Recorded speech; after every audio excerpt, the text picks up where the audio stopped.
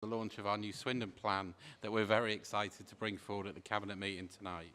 Can I thank everyone for taking the time to attend and welcome everyone to the Chamber.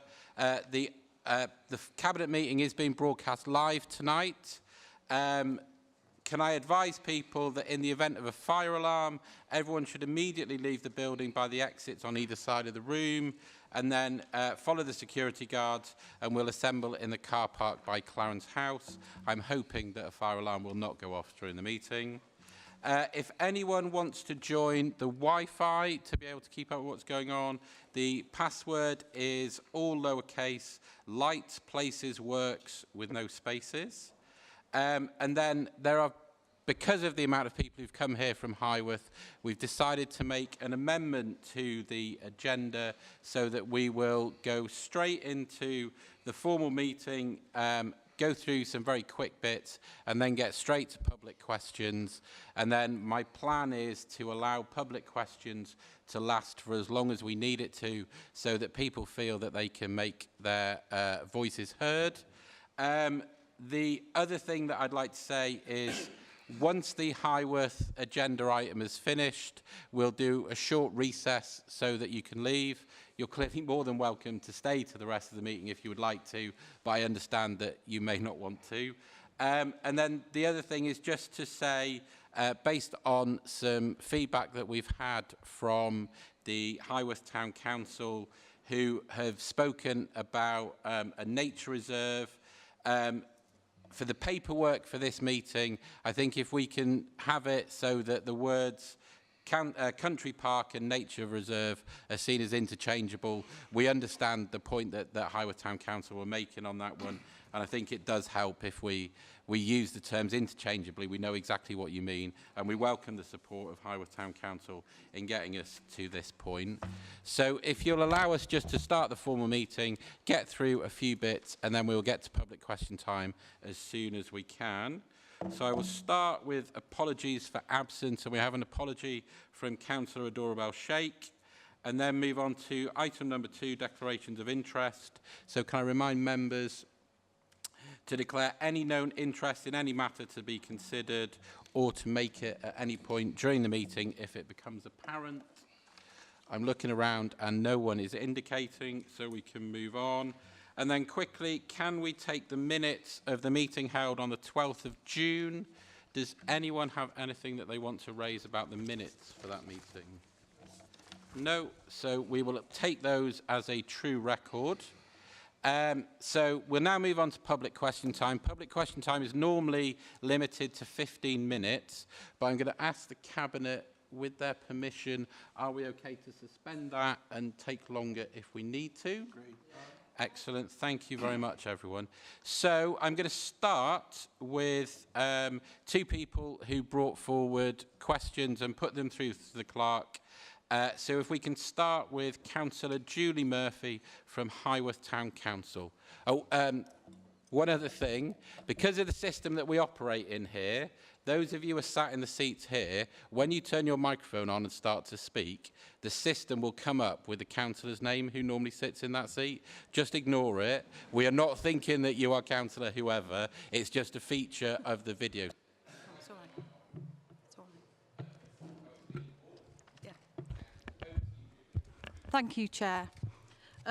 So first of all, I'll ask my supplementary question. So local green space designation can be done through the local plan or the neighbourhood plan process. The review of the neighbourhood plan has just finished Regulation 14 and has designated part of the old golf course as local green space. The National Planning Policy Framework states the land must be demonstrably special to a local community and hold a particular local significance, for example, because of its beauty, historic significance or recreational value. Highworth Town Council is confident that this criteria is met and has overwhelming evidence which the examiner will take into consideration as they will make the final decision if the local green space designation should be successful. It is not Swindon Borough Council's decision.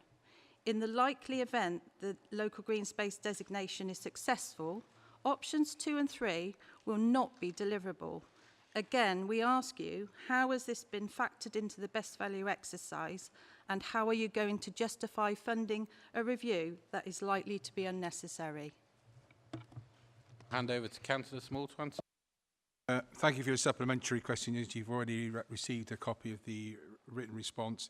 To answer your point is that the review that we're taking place will take all those factors into consideration and part of our report. Tonight's report deals with the council motion and our response to the council motion, and we'll ask for the report to be produced for later on in the year in October, which will cover the 3 options which are included within the report. The factors of the area of open green space and local designation and all that will be covered within the report, and advice will be given to us at that time. So can I come back on that one? You can have one more supplementary. Yeah. There's a lot of people who want to With speak. regards to that, I think the point's being missed here. I think what I'm trying to say is that you're going to spend public money to do a review. But have you looked into the legal aspect of how local green space is designated? Because we do have a say, it's not down to just yourselves as a borough. And therefore, if that review is taken and you've spent all that money, it will be wasted, and that's public money. So I think that's where I'm coming from. Okay, I understand what you're saying. So as the lead member for finance and money, it's a very important issue for me. We have to take things as they are at the present time. And no designation exists at the present time, so we have to make a decision what is based on the facts that we have today when considering the issue. And so therefore, at the present time, there is no local designation for that space, so therefore we proceed on that basis. If that changes, then we will, of course, adjust accordingly, but at the present time, we will continue because there is no decision. Secondly, as I said, those elements will be taken into consideration about the overall report, because I do think, as you've made it clear, they are very valuable points that we as a Borough Council need to consider on the future of that land. Or the land, sorry. Thank you very much. The second question that we've had is from Ms. April Thrush, I believe, who's... I think the original question came in from Mr. Rob New, and we've given an answer to that one, but you're more than welcome to ask a supplementary. Thank you. And firstly, I'd just like to say, lovely to meet you. I haven't met you in person, so I just want to say, I don't know who councillor seat I'm in, but I'm April Thrush, and lovely to meet you, Jim, and the rest of the cabinet that I haven't met before. And we really want to work with you. And so I guess the question is the option on the table for option 1 is the country park. Is that the Highworth Town Council business proposal? Part of that is that we've had so much, over the last 4 years, we've had 900 consultation returns, we've had under 5,000 petition signatures, and the list goes on to what we have drawn up through consultations, surveys, 1.3k people on our Facebook group, and the wealth of people here today have all contributed massively to that business proposal. So the question is option 1, as outlaid as the country park option, is that what the people here and the Highworth Town Council have pulled together over the last 4 years extensively? And we would really like to understand and want you to physically demonstrate how those views that are within that plan has been represented and incorporated into that proposal that is option A on the table. And that might not be, you might not be able to demonstrate that here now, but we would like to really see that visibly. Okay, then so dealing with the option 1, is the concept of option 1 is based on a nature reserve stroke country park, and how that then, if the decision is to go for option 1, how that morphs itself into the actual country park or nature reserve will be, I think, in principle based on the Highworth Town Council plan. We've seen it, we've talked to Highworth Council representatives. But part of the issue has been about how we deliver the actual land, if we're able to transfer the land or move the land to create that country, or if I use the word country park, just for the sake, but accepting that nature reserve is also the other meaning, is that the £1 transfer is not legally possible. No, so what we've been looking at is other ways of trying to achieve that, to get option 1 of hold on a minute, please, of option 1 delivered. So that would be, so the answer is yes, in the sense, It is the Highworth Town business in proposal. principle, it would be the proposal, but there will have to be some probably tweaking at the edges to make it deliverable within the law. Okay. So, and that's, I think, is probably the furthest I can go at the moment, and that we need to let the options be appraised, and the professionals will come back with advice on how that option 1 would be deliverable. But shall we say, the foundations of option 1 is the Highworth Town Council plan. The business proposal. Yeah. Okay. Supplementary question? If I may. Highworth has 3,689 houses, just shy of 8,500 residents, with a 27% allocation of houses as it stands today. What is the borough's percentage increase on average for the borough? And do you not feel that 27% already for Highworth, without option B and C, as I call them, 1, 2 or 3, over fine details, how we got it off the local plan before was we've had our fair share. And I think for a town like Highworth, you're almost just shy of a third more at 27%. That is more than fair share. And I don't know what is the other percentages around the borough that is taking that much. And if it was affordable homes, then the SIL payment doesn't come in, that there would be no additional infrastructure. So do you not agree that 27% for Highworth, increasing it by a third as it stands now, is taking an enormous amount of housing? As a group and as a community, we know we need houses. We're not against that, and we've never been against that. We know that needs to happen, and 27% is an enormous amount for Highworth to take as it stands today. Would you agree? Going on to what you were saying about the number of plots and development within Highworth, and there has been a large number, and there was a large number identified for the original local plan, which included originally the golf course as well, which I voted against the golf course being included. And what I would say is, though, and some of the comments that I made was my concerns about some of the, shall we say, community support structure from the developments on the schooling, on community, which I thought were not adequate to support the people of Highworth with that additional, and I still think that's a very valid point. To taking their fair share, if I go back to the ward that I first represented on Swindon Borough Council and on Wiltshire County Council, in the time that I think the first 12 years, I see the increase, and maybe actually between probably 8 years and 20 years, representing the area. I see the increase in my area of the electric going from just over 6,000 to over 8,000 because of development within my ward. And I think a large number of wards have seen massive development over the time, over the the last 20 to 30 years. And I'm not saying it's Highworth's turn or anything like that, but I think you're not unique in seeing large amounts of development within the borough.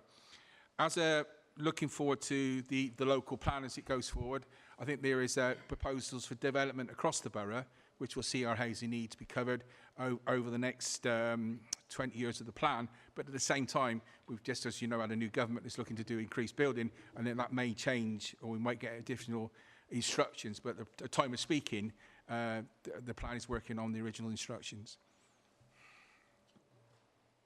Thank you. So I'm now going to move to open it up to anyone else who wants to ask a question.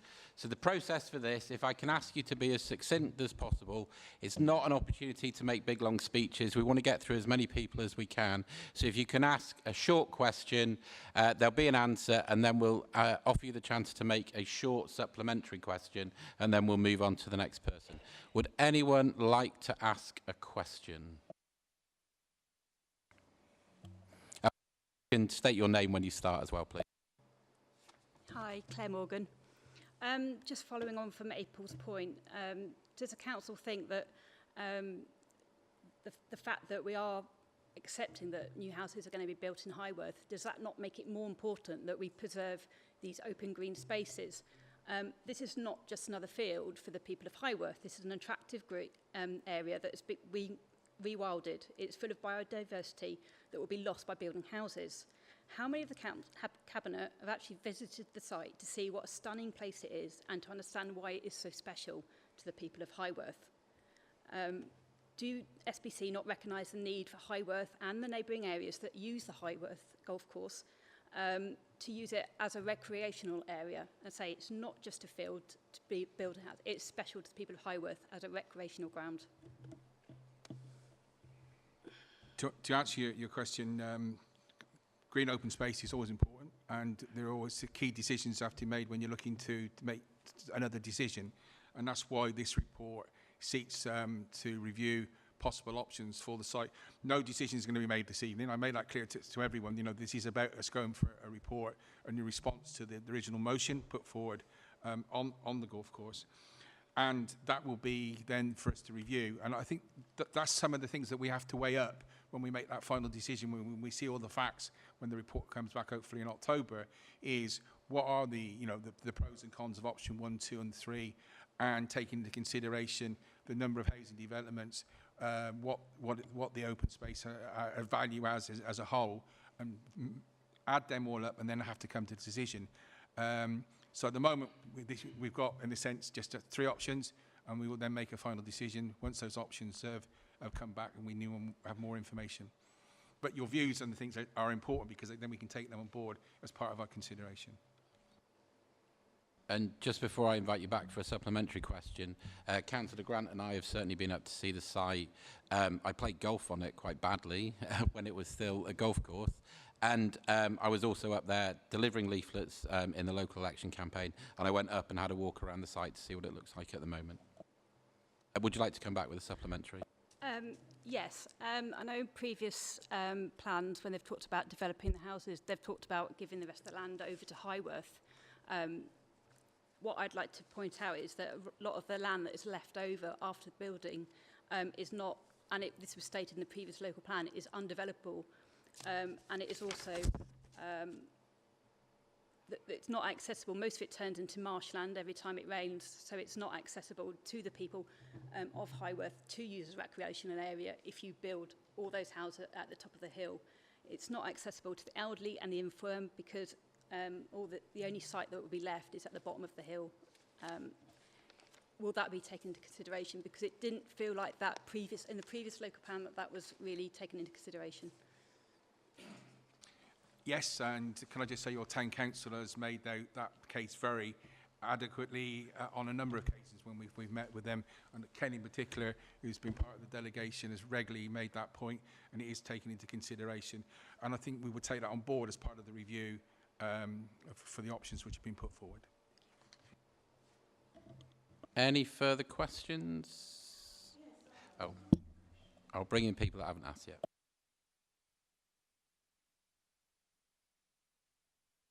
Okay. My name's Veronica James. I'm a resident in Highworth.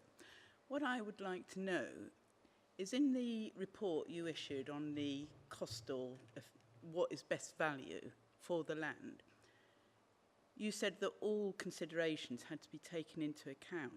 What I would like to know is how do you quantify the benefit of the health, social, mental, physical well-being, not just to the people of Highworth in keeping this as a green open space, but to all residents of Swindon Borough Council? How do you quantify that? What value do you put on those things compared to bricks and mortar? The Borough Council, the Labour Borough Council puts a high value on those because of the fact you only have to look at our 3 missions to understand that is the case, and it is part of the consideration. If we didn't think it was of any value, then the option 1, probably you could argue option 1 wouldn't exist today, and we'd be going for the bricks and mortars. So we do believe that all that has to be taken into consideration about our final decisions, and part of the work that will be undertaken will look at those elements of the best consideration when you take that in. So there is the health, well-being issues, the open air, green space. That has to be taken into consideration as part of the overall and will be part of the report. Would you like to come back with a supplementary?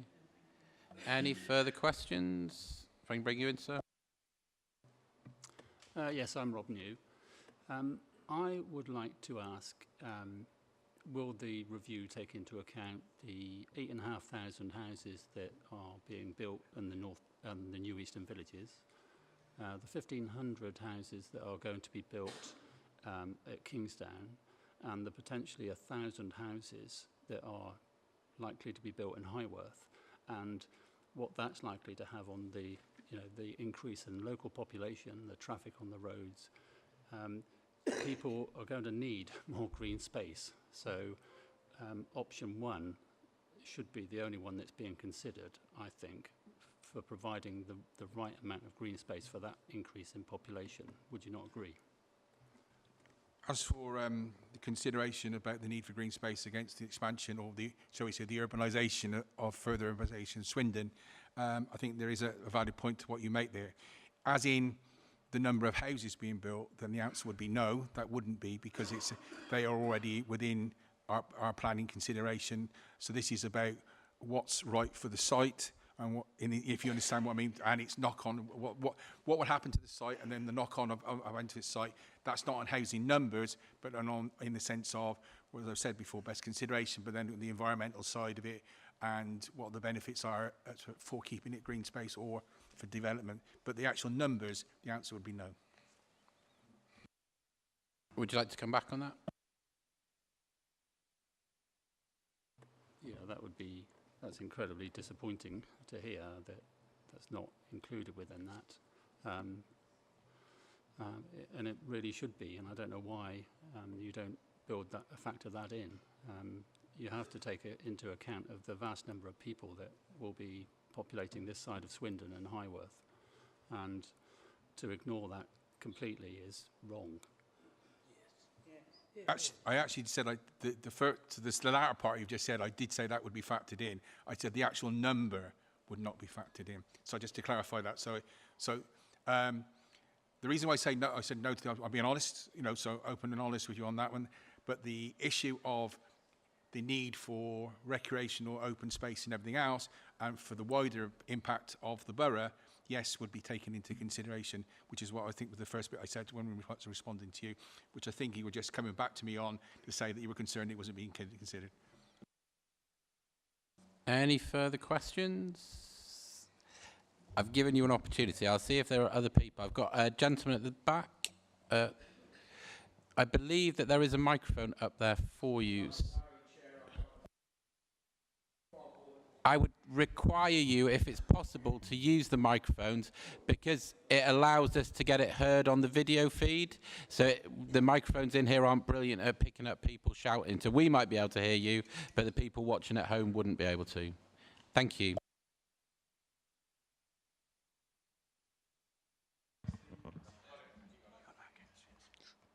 Are we on? Chair, I'm Adrian Young. I've lived in Highworth since 1994. As you will have probably worked out now, I'm an immigrant, so if you're having trouble with understanding me, I am sorry. Could I ask the impertinent question of how many members of the Cabinet over the last 12 months, say, have actually walked on our golf course, have actually walked around the golf course and know what it's like? So I certainly have. I know that Councillor Grant, Councillor Bushell, and Councillor Small have as well.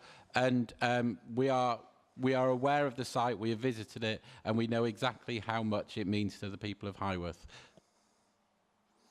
Can I ask a supplementary? Could I hear from those who've had a walk around the golf course their impressions of our land as it stands?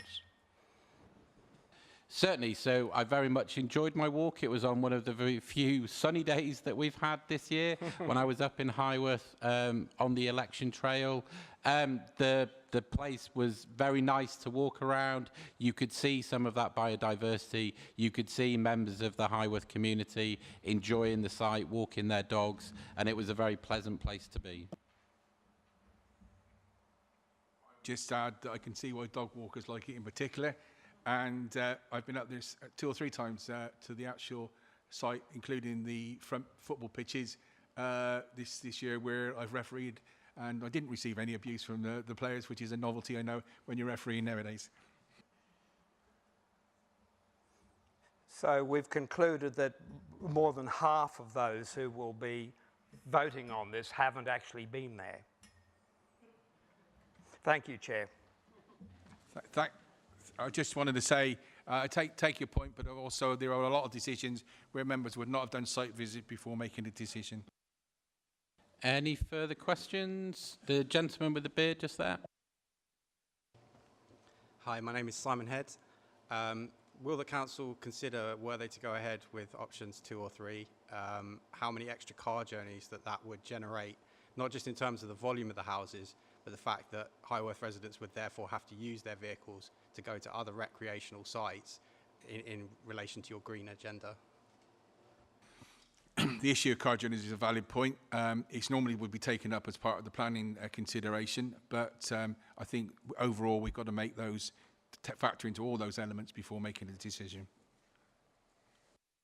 Would you like to come back with a supplementary? Got the gentleman in the gallery with the green T-shirt who indicated.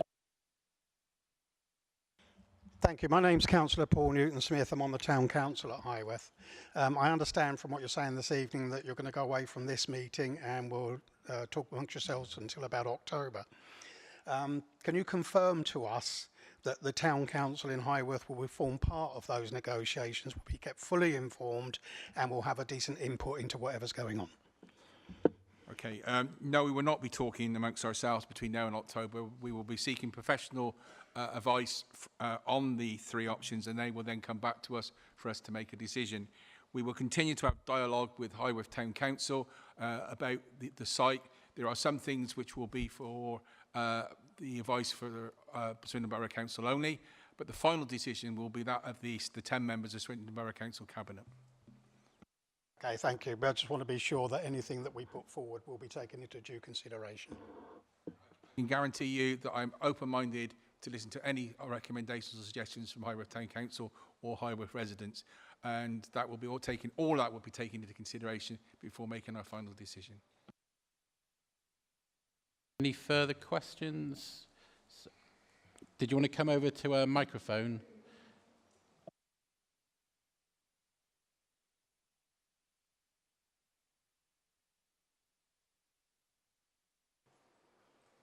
Right, can you hear me? Yeah. Thank you.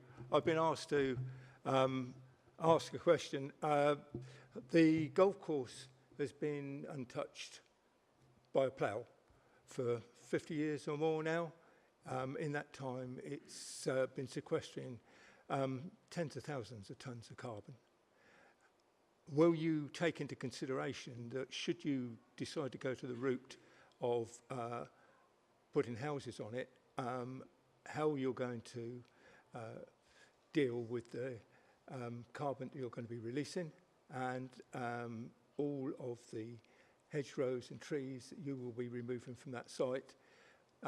This is an unusual one, probably from the Borough Council, because it's land that's owned by the Borough Council and it's not a builder's responsibility. But we would like to be assured that this will be serious consideration will be given this when you're making such decisions. We have talked, as you know, between us when the Town Council has come about biodiversity in particular, and also the carbon release, and it's something that has to be taken into consideration. The reports will highlight some of those areas you just talked about. Also for the trees and hedges, I would hope if we went down the line of development, and I'm not saying we're going to, then everything should be done possible to preserve as much of the original hedgerow and trees as possible. If you look at the West Swindon development, a lot of the hedgerows were retained within that, and there are other developments where that has happened. I'm not saying it's possible, I'm not saying we're going down that line, Ken, but that I think would have to be taken into consideration and encouraged to be done so. Thank you. Would you like to come in and ask your question? Thank you. My name is Jackie Clark. I've lived in Swindon since 1956 and Highworth since 1963, so I'm pretty ancient. Pretty much everything that Highworth has got, like the swimming pool and all sorts of They've done themselves. You've done very little for us. I've seen red, blue, whatever, throughout the council's life. And I can say with utmost certainty that I and 90% of the people in this room are not NIMBYs. We are, however, nymphies, not in our front yard. Highworth is an ancient hilltop town. It needs to retain its integrity. Don't you agree?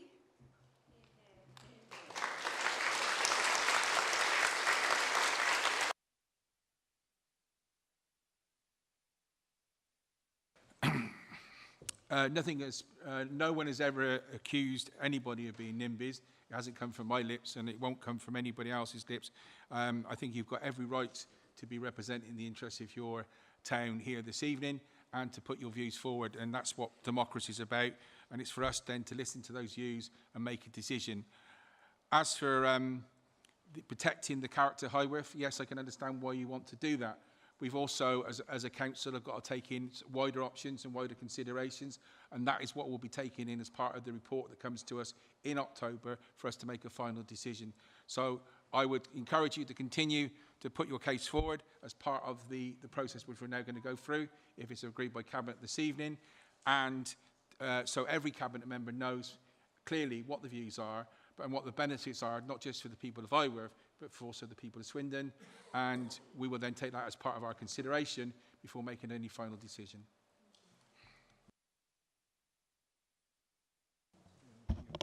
There's a person in the gallery who's indicating? Okay, no worries. Any further questions?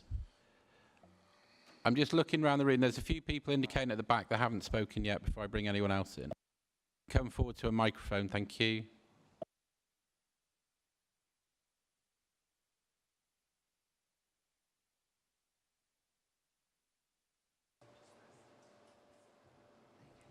Hi, I'm Christina. I'm Christina Beck. I'm a resident of Highworth as well. I just haven't heard anything just yet about wildlife in terms of what considerations are going to be made concerning wildlife that already exists in the area. The fact that we don't have to go through a whole process of rewilding and reintroducing wildlife and just conserving it instead because it's already there. Every time I go down there, I see owls and all sorts of other amazing wildlife, herons, and especially because it's currently not crops or farmland. So it's very beneficial to the wildlife, and I'm very passionate about that. So I just wanted to know what will be considered in that sense. The case put forward by the town council and I think the campaign group, I'm sorry if I've given you the wrong name, wrong description, and the plan put forward, I think takes on board the comments you just made and building on that. Sorry, it's probably the wrong terminology, building on, developing that that's even a worse word, yeah, yeah.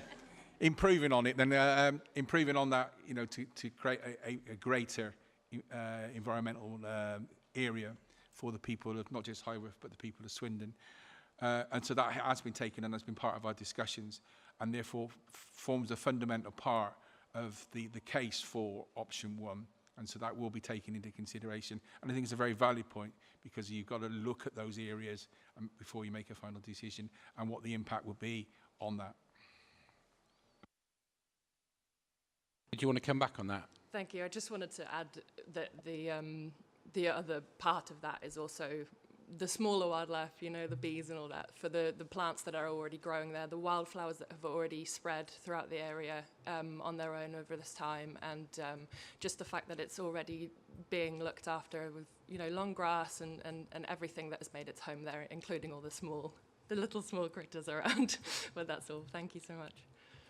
Yeah, and you're dead right. And at a time when our bee population is shrinking, it's a very valid point. Any further questions? I've got the lady over here. I found four kinds of orchids in the old golf course, and we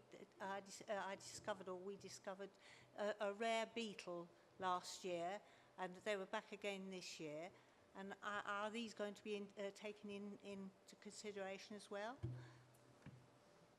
The options appraisal and the report will take all factors, environmental in particular for the option 1 and the impact of option 2 and 3 on the environment as part of its overall report and into our decision making in October. Would you like to come back with a supplementary? Would you like to come back with a further question? Thank you. There's a gentleman at the back who's indicating.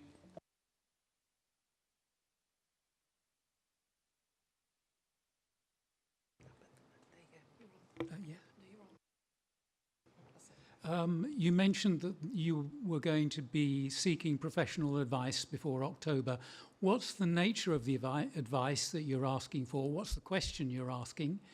And secondly, who are you asking to provide the professional advice? Have you got your name for the record, sorry? My name is John Ranford from Highworth. Okay, thanks. The latter part, the answer is I can't tell you because I don't know at the present time who the advice will be come from. It will be, some of it will be officer advice, but others will be professional advice sought from outside. Normally that is either done through people that we've used in the past, or it will be, if it's specific, we will go to specific people who are qualified to deliver that advice. But I can't give any particular name. And your first part of your question is, all elements will be considered. The questions are based on, these are the 3 options. We need the advice on a wide range of areas on all 3 options. Did you want to come back on that? What sort of answer are you expecting to get? Is it in terms of financial, or is it covering? Yeah, I'm sorry. There will be a financial element. Because option 2 and 3 have got a financial element. If we're going to be disposing of the land for housing, there will be a financial return to the council. So this, I won't be, won't deceive you on that. But the other elements will be the environmental pluses, the environmental negatives we're taking a particular point. But there is no perceived, I've got no, yeah, thank you very much. You've got it in one. Preconceived opinion about what we want to come back. I want the report to come back telling us the professional advice on those 3 options so we can make a decision. I am open-minded at the present time on the way forward. I've got no fixed option that I wish to be pushing or promoting to as part of this agenda. There's another gentleman at the back raising his arm.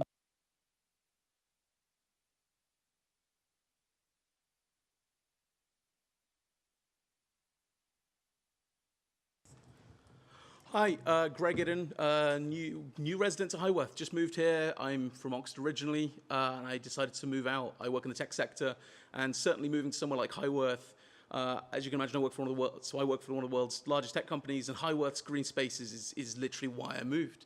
Why would I want to go to yet another place built up with new built houses? Part of the identity of Highworth is that it's got character, it's got history, and it's grown organically. These modern developments aren't organic. I just wanted to put that forward before I really ask any concrete questions, because I want you to know that there's probably a lot of older faces here, but young people are moving too, and I could live almost anywhere I chose, and I chose here. And please don't take something like that away from people like me who want to come here and keep and grow this economy. You'll be taking that away. I guess my first question, concrete question, is looking at, actually the first question, you said it was not legal to sell it for £1. Can you explain what you mean by it's not legal? Because section 123, oh sorry, what is it? It's you know what it is, section 123 really doesn't even stipulate anything about what it means by value. And I feel this is coming from a very monetary area, right, rather than it being about what is the value. So why isn't it legal?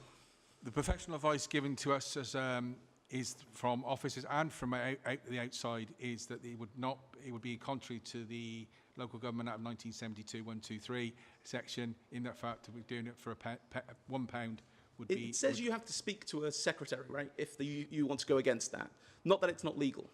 Is that correct? I think we're probably using the word legal loosely here, but in the sense that the advice given is it's not possible for us to deliver. Have you sought advice from other places? Yes. Thank you. Another part is when it comes down to financial, I'm sure if you get put forward something that says 16 million, 20 million, it's going to be very hard for you to choose option one, which is very hard to attribute any kind of monetary value to. It's a huge turnout here. I was quite shocked by the number of people that come here from Highworth. What constructive ways are you going to actually attribute value to this representation of people telling you what they value in their community? Because I'm sure everyone here would say it's worth more than 60 million, 24 million, hundreds of millions. How are you going to attempt to attribute value to this quite overwhelming share of voice? Well, I personally...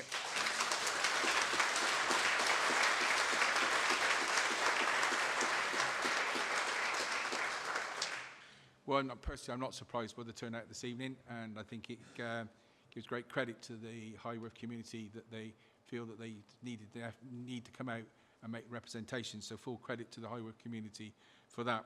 To go on to the value of, so we say, the non-monetary value, that's something that we have to weigh up. And you're right, it is a consideration, and it will be a consideration between the, so we say, the monetary values of options 2 and 3 against the shall we say, the community value and the benefits of option 1.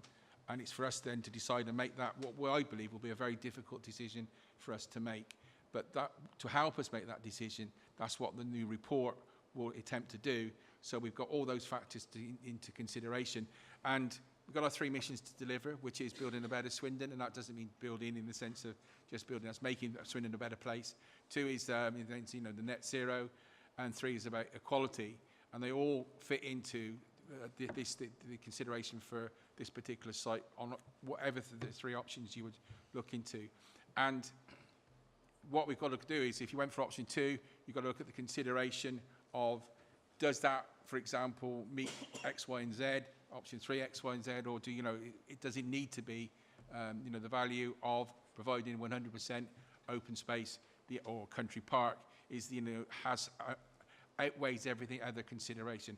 And that's the 3 things that, we're going to have to take into consideration when we make that decision. But the report will help us come to that conclusion. But it's not going to be an easy one for us to do, whatever the outcome will be. I'll give back time, but if there are space for more questions, I do have more. You can have one more supplementary question now. So...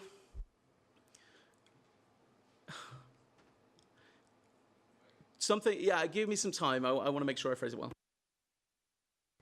Any further questions from anyone who hasn't spoken yet? And then I'll start to bring people back in. We don't normally bring people back in, but in light of the fact that people are here, I think it's important that we do. But if I can ask you to be as brief as possible. So if we start again with Julie. So thank you to Councillor Small for acknowledging the nature reserve aspect of our business proposal, because you can't compare this with somewhere like Lydiard Park, for example. One of the key things about us working in partnership is about not triggering the Section 123 of the 1972 Act. We don't have at the moment the confidence that the workmanship parking option is being explored as part of this process, because there's no detail in the motion. And so, first of all, can we have reassurances that the actual joint work in partnership is going to be included? Secondly, our neighbourhood plan and local plan have disparities. And are councillors aware that the land designation in the neighbourhood plan made in 2017 supersedes the local plan made in 2015, and that the legal designation for the old golf course is open space, even though in your local plan it isn't? And also, can I ask all Cabinet members, have you read our business proposal? Thank you. On the last point, your business proposal has been shared with all Cabinet members, and I know that they are very diligent in their work, so I hope that they all have, and I expect they all have, looked at your proposals. On the local plan, as you know, there is the local plan for 2024-25 is now in train, and so therefore that will be, hopefully, the initial publication will be coming out in the autumn of this year. I can also confirm at the present time the local plan states that there has no development on the golf course. The joint working, I clarify over 2 points on this. The joint working, there will be some of the stuff that we will do between now and October, which will be us to looking at the options, which will be a Swindon Borough Council issue. That doesn't mean that we won't carry on the dialogue with Highworth Town Council about the nature reserve stroke country park. Whether or not there will be proper working on option 1, I can guarantee you there will be. As you know from our meetings that we've had, that I was come up with the proposal for a joint partnership working where Swindon Borough Council retained ownership of the land, but so it would be, when you were calling it a country park, and so bear with me when I say this, it would be a country park which will be both Swindon Borough Councils and Highworth Town Councils. Highworth Town Council, well, Swindon Borough Council would own the land, Highworth Town Council would run the country park stroke nature reserve. And that was the way that we looked at getting round the best consideration and also for the future. So I put that forward myself for consideration. I will make sure, I'll give you my personal commitment here, that I make sure that when we discussed option 1, that's what option 1 will be considering as part of its consideration for the report. Okay? April, did you want to come back in? Thank you. What I want to do is just bring you back to your 3 missions. And it clearly states in building a greener Swindon that you engage with residents to deliver a greener Swindon and working with communities to find new ways of doing things that help and not hinder the natural environment. And I think we've got so many people here, I really want to, they might not be familiar with your missions. That is a really strong statement. And I know I've put on social media, we bring in a battle bus. We don't want a battle. We want an absolute strong relationship with Highworth Town Council. We've had commitment from Jim back in September that we want to reset relationships, which is great and refreshing to hear, and more respectful of local communities. And you yourself, Jim, quoted, I'd be very happy to talk with both councils. And I just, as a resident, and I want to say it in front of every resident in Highworth that's joined us today, is I want to really understand that this behind closed doors that has gone on previously, that how will we build a better relationship? How will you build a better relationship for Highworth Town Council that me as a resident and everyone here can really understand what's going on? And just a few, I'll be really brief on timelines, but basically October the 12th, 15th of November, 9th of November, 23rd December, 7th of Feb, 18th of March were all times that this was supposed to be discussed. And now we're 17th of July. There's been cancellation after cancellation. It just feels, for a resident, that what came on the table last week, I wasn't aware of it. And it just feels that we're not in consultation with us or Highworth Town Council. I really want to have the people of Highworth here. How are you going to deliver? We've got a real opportunity to have a really refreshing, great relationship. Let this be that start of it today. And how can we demonstrate that relationship is, as you said, reset relationships, Grant, Jim, and really, how are you going to deliver that? How can we see that? And how can the residents see that relationship work better? So nothing's discussed or put forward without Highworth Town Council and the residents seeing everything that's happening. And just transparency would be a really good working relationship. Just to answer your point is that we will always attempt to be open and transparent on this issue. There are things that we as council, as Swindon Borough Council, would have to discuss in private. That's the nature of the beast. And there are times then we will discuss things with Highworth Town Council in private, as we say, the representation from Highworth as a town. But there will be other times where we can be open and transparent, and we should look to do so whenever we can. I think the important is, yes, we'd want to set the relationship, improve the relationship and set it in a more positive stance. And I think that should be irrespective of what the outcome of this decision is. There has to be a positive way going forward. Now, I'm sure if we went for the worst option on here, then relationships are going to take a dive. We'd have the fleet of barns, I tell you. But at the same time, we've got to, once that decision is made, we'd have to move on and trying to build that positive relationship. So I do want to, irrespective of the outcome, trying to say, yes, we should be looking to achieve that whatever happens. I know what would improve relationship overnight if we went for option 1.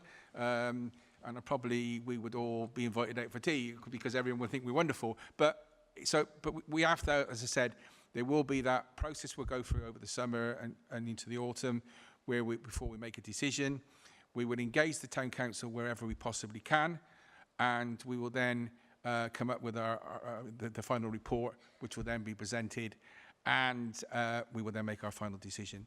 But as part of that process, where possible, we'll engage with the town council, and we will be, because there are certain things which have to remain restricted.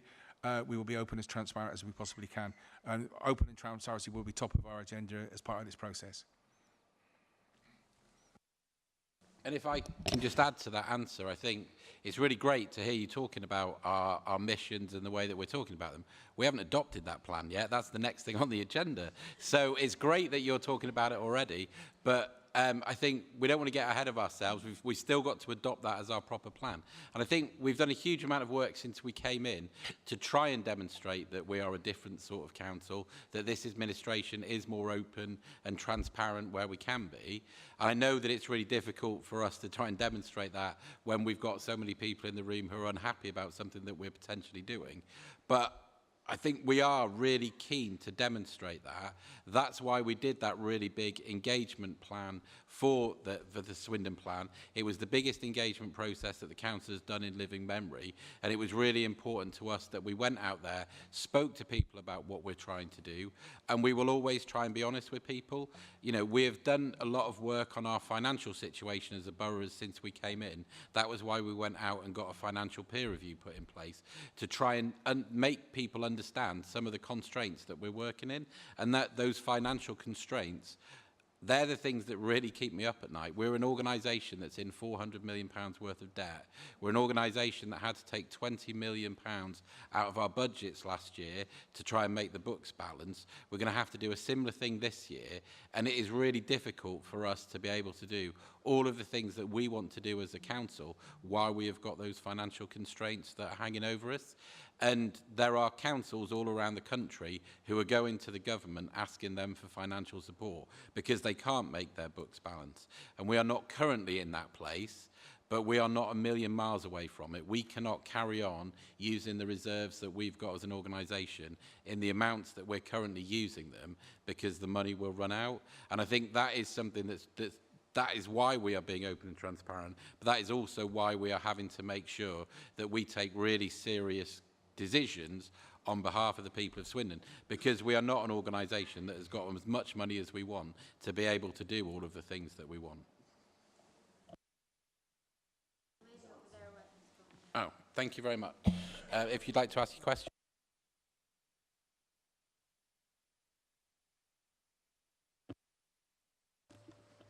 Yes, talking of, Miriam Boston. 3 words have come out in your last that struck me: honesty, transparency and openness. Will the professionals you are going to take advice on, some of whom have been used in the past, be the names of those professional bodies be available publicly? If legally possible, I don't see why not. I can't imagine why it would not be legally possible, because I'm sure advice about something like this that means so much to people of Highworth and Swindon should be publicly available. And also, as a supplementary question, is there any way of getting a record of the public questions tonight?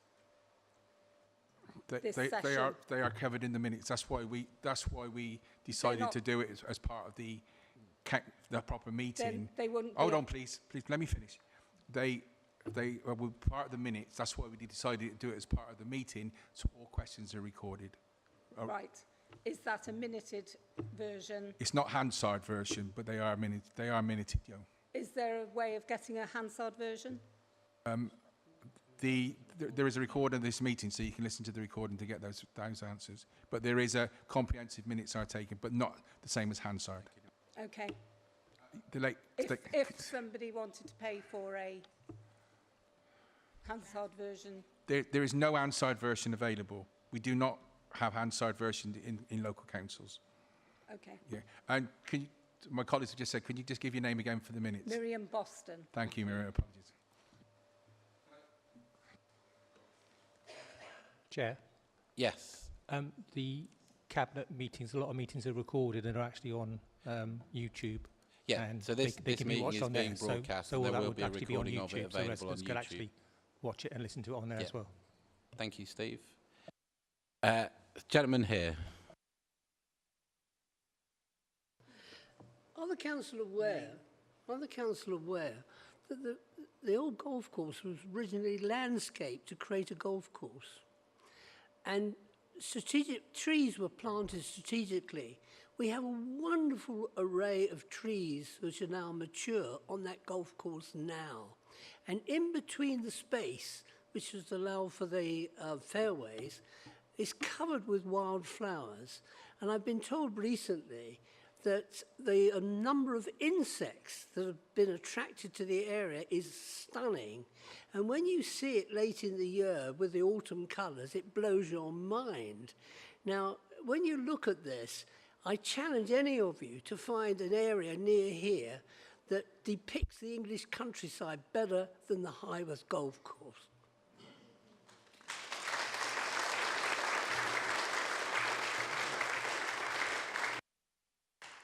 I would basically just echo the response I've done to Ken and one or two others. Yeah, we are aware of what's on the site, and I think a lot of you have made a very good, eloquent contribution this evening to what the site offers, the value. We were talking about the bees earlier on, about that they all contribute to the case put forward for its retention as a green open space, and we're well aware of that, and will be part of our consideration. If I can just add, I'm well aware of the trees on the golf course. I think I was stood behind most of them when I was trying to take my shots. Any further questions anywhere? Got the lady over there in the green jumper.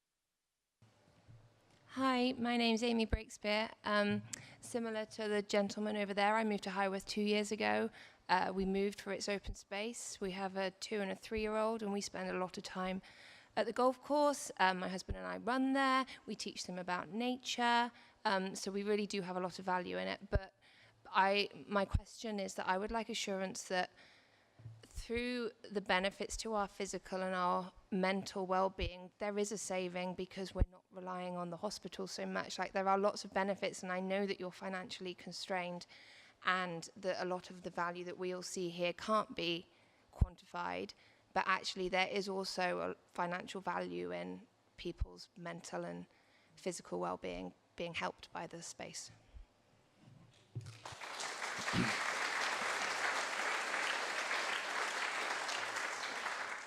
I can't disagree with those comments in the sense because in any open space adds that value. Do I put my member for finance hat on only at the moment? The house benefits doesn't help Swindon Borough Council because that's a government budget, not a Swindon Borough Council budget, so therefore wouldn't financially make a difference to us as a council. But I do echo and understand the comments that you made, and they're very valid. The gentleman over in the corner there. Nick Jeffries. Firstly, thank you very much for the open dialogue. I feel there's a lot of warmth in the room in more ways than one. A little bit of trust, actually, from mine in the open dialogue, and genuinely looking into your eyes, I feel that you do care for the local area and you want it to succeed. Also appreciating the fact that, selling off the family silver is the easy thing to do when you're in trouble, and I don't believe that you think that's a viable option. So, firstly, thanks to yourselves. Secondly, to all of these people in the room, because they've done a tremendous amount of work, all in their own time, putting this plan together. Just going back to the first point, is there anything that you believe is perhaps missing from the plan, or that we could alter, or push, or change, or suggest that could make the proposal more viable? I'm not an expert on that area, so probably if an expert was to have a look at it, they would probably offer you some good advice. And any plan, as you know, can always easily be improved. I think from the initial plan that we looked at, the thing that we have done more than anything is the partnership option, which is the way to deliver the plan. I think that's one of the fundamental differences from when it was originally conceived about how we deliver. If the plan is going to go forward with option 1, then it's the partnership approach rather than sole Highworth Town Council approach. But that's already been taken on board and is part of the consideration. So, but the rest of it, I think there's probably better people placed to tell you whether the plan could be improved than I could do from my perspective as lead member. I wish I could offer you some more advice on it. Thank you for your kind words as well. Any further questions? We've got a gentleman with the beard there. Yeah, my name's Simon Hedvig, again for the record. I think you're all dealing with a very difficult situation, as you say, with the finances. You're making difficult decisions. I think we all appreciate that you stand up to volunteer to do that sort of thing. I think it's really a difficult thing to do. So I think we all in this room appreciate that. However, I think the fact that you don't have somebody here passionately advocating to sell off the old golf course, to balance your books, shows you how much weight you need to apply to those very difficult decisions amongst the 3 options. I think you've got a room that's united here in what they believe the weight and the value is, and I just hope that you take that into consideration. I know you have to represent all the people of Swindon, but there's nobody that's felt the need to come here tonight and say you need to strip that so that you can pay for other things. I think there's not very little I can add to that. I know what you say and understand where you're coming from on that one. Thank you. I'm conscious we've been going on for nearly an hour now, but happy to take more questions. So I've got the gentleman at the back who wants to come back with one. I guess I need to first Greg Idden, Highworth resident. I think that needs to be said out loud, which is that option 1 is the only option that anyone wants. Option 2 and 3 are going to result in a really horrible, seemingly horrible breakdown between residents and council. And I hope that's something you really take into account. I work in strategy, morale, and interpersonal relationships are far more important sometimes than money. I guess the question I kind of want to ask is, we want 1, right? That's what everyone wants. But you've got problems financially. Is there a way that this council can start to try and open up the dialogue in what if you give us 1, give us the golf course, guarantee a country park and a space that allows Highworth to grow around a nexus of greenery? Can we start then opening up a dialogue around what you do need to do? For instance, allowing planning development in other areas. I know you're probably getting plenty of requests by private developers to develop other sites around that land. I think you would find people far more understanding if we can start having that dialogue rather than we'll fail this, you'll probably go with option 2, right? And then that will cause a breakdown and there'll be yet another breakdown the next time housing happens. You've got 27% growth. Would it not be smarter to start trying to sort of go, okay, this population needs this. How can we then start to open up the dialogue around developing these other sites and actually warming us to that with this understanding that you gave us this, that's why you have to do that. Is that to be considered, and how can you start opening that dialogue? The crutch of the question is that the golf course or the old golf course is in the ownership of Swindon Borough Council, and any capital receipt would therefore go to Swindon Borough Council to provide services for the whole of the Borough of Swindon. Other development around Highworth is on land which is not owned by Swindon Borough Council, and the other land, I know there's some on the by Englisham, isn't it? English way. The Fairford, not Fairford, was it? Lechlade, the Lechlade Road, sorry, the Lechlade Road, getting lost for them, which is Swindon Borough Council land, and could open up to another development as well. But most other lands of any size are, I think, more private sector than, so therefore the revenue side of it, income would not be, would go to the private sector, not to the Borough Council. Council tax will. And the annually recurring revenue of those new sites would go to you. What I'm saying is that if the golf course is what everyone's fought for, I think you've had an overwhelming majority represent they want that. Before we come back in, it's been a really good meeting so far for people allowing other people to speak. Just to point your council tax, yes, would increase. It would increase, but that is that the minor level compared with what the capital receipts would bring in a one-off payment to the council. They would be incremental, you're right, for every year coming in. And the council has 2 financial issues. We have to balance our budget, which is, again, an issue for us every year. So any capital receipts can help towards that through a variety of options. One is to maybe pay off debt, then you releases revenue. But we've also got new schools to build, which we either have to find capital receipts for or borrow more money to build, which then has an impact on the council tax as well. So it's not just a simple in-out and raising council tax is the option. But I'm not saying that, I said again, that I'm in favour of option 2 or 3. It's about, but if we're talking about finance, it's about the finance going from other land doesn't come to Swindon Borough Council, as in the cash receipt from the sale of the land. Mr. New, I think you were indicating before a moment ago. Yes, thank you very much. One of a number of concerning things that, from all of this. One is that, you know, we are, and it's a well-known fact that we're one of the most nature-depleted countries in the world. And location just off the M4 corridor, we're probably seeing more houses built in this area than generally other places across the country. I know that there are, you know, the south of England generally has a lot more housing. So, you know, the options 2 and 3 are, you know, significant more houses for our area. What I'd like to ask is that you're obviously asking for a lot of information to be provided in terms of what you need to make a decision in October.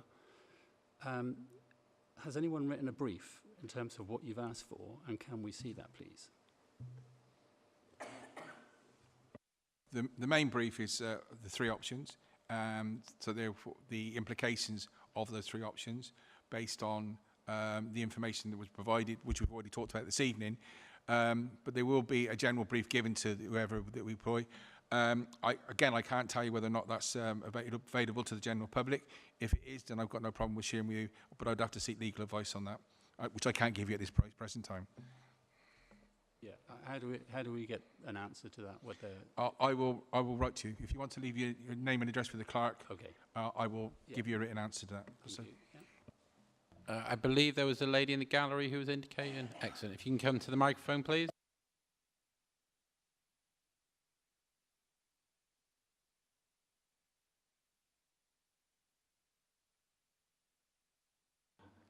Hi, I'm Diana Turbin, resident of Highworth for 24 years. Just really supplementary to Rob's question. We started off with the proposal for 350 houses. Now the 2 options are 400 or 700 houses. Who is coming up with those numbers and how? They were part of the officer report, and they will, whether or not they're viable will be part of the next report that comes to us in October. And who calculates them and with what formula? Can't tell you the formula, but the professional advice will look at with the viability of those, with the size. If you remember, there is a percentage of the site, which is each option has a percentage of the site, which would be allocated for development, and then the other half, or the other part would be the nature reserve. So based on that, those percentages, then the professional advice will tell us whether or not it's viable to put on 300 houses, 400, 500, whatever it is. The 2 options are roughly around the 4 and 7 based on the size of the sites, but that will be professional advice which we're seeking as part of the ongoing process. And you don't feel it's legal to tell us who that professional advice comes from or what formula they're using? I didn't say that. I never have said that. I said at the beginning, one, we haven't got the legal, we haven't gone out to anybody yet, so I can't tell you. And I will seek legal advice whether or not we're able to release that. The individual who providing the advice might object to it. We don't know. I can't tell you that until I've gathered that information. So it's not, I'm not saying it's legal or not legal. If I can release the information, I will do. If not, it will be for legal reasons. The lady at the back there.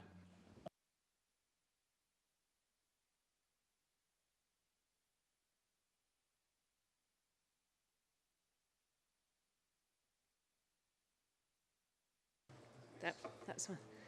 I'm Jan Walker. I moved to Highworth from London for the same reason as the gentleman at the back there, to the lovely countryside, and just fell in love with it straight away. I'm wondering how you're going to cope, how we're going to cope with the amount of traffic, because we can't already cope with the amount of traffic that comes through Highworth. So can you explain how we're going to deal with that if you decide to go with options 2 and 3, when there's a lot of cross traffic as well as local traffic?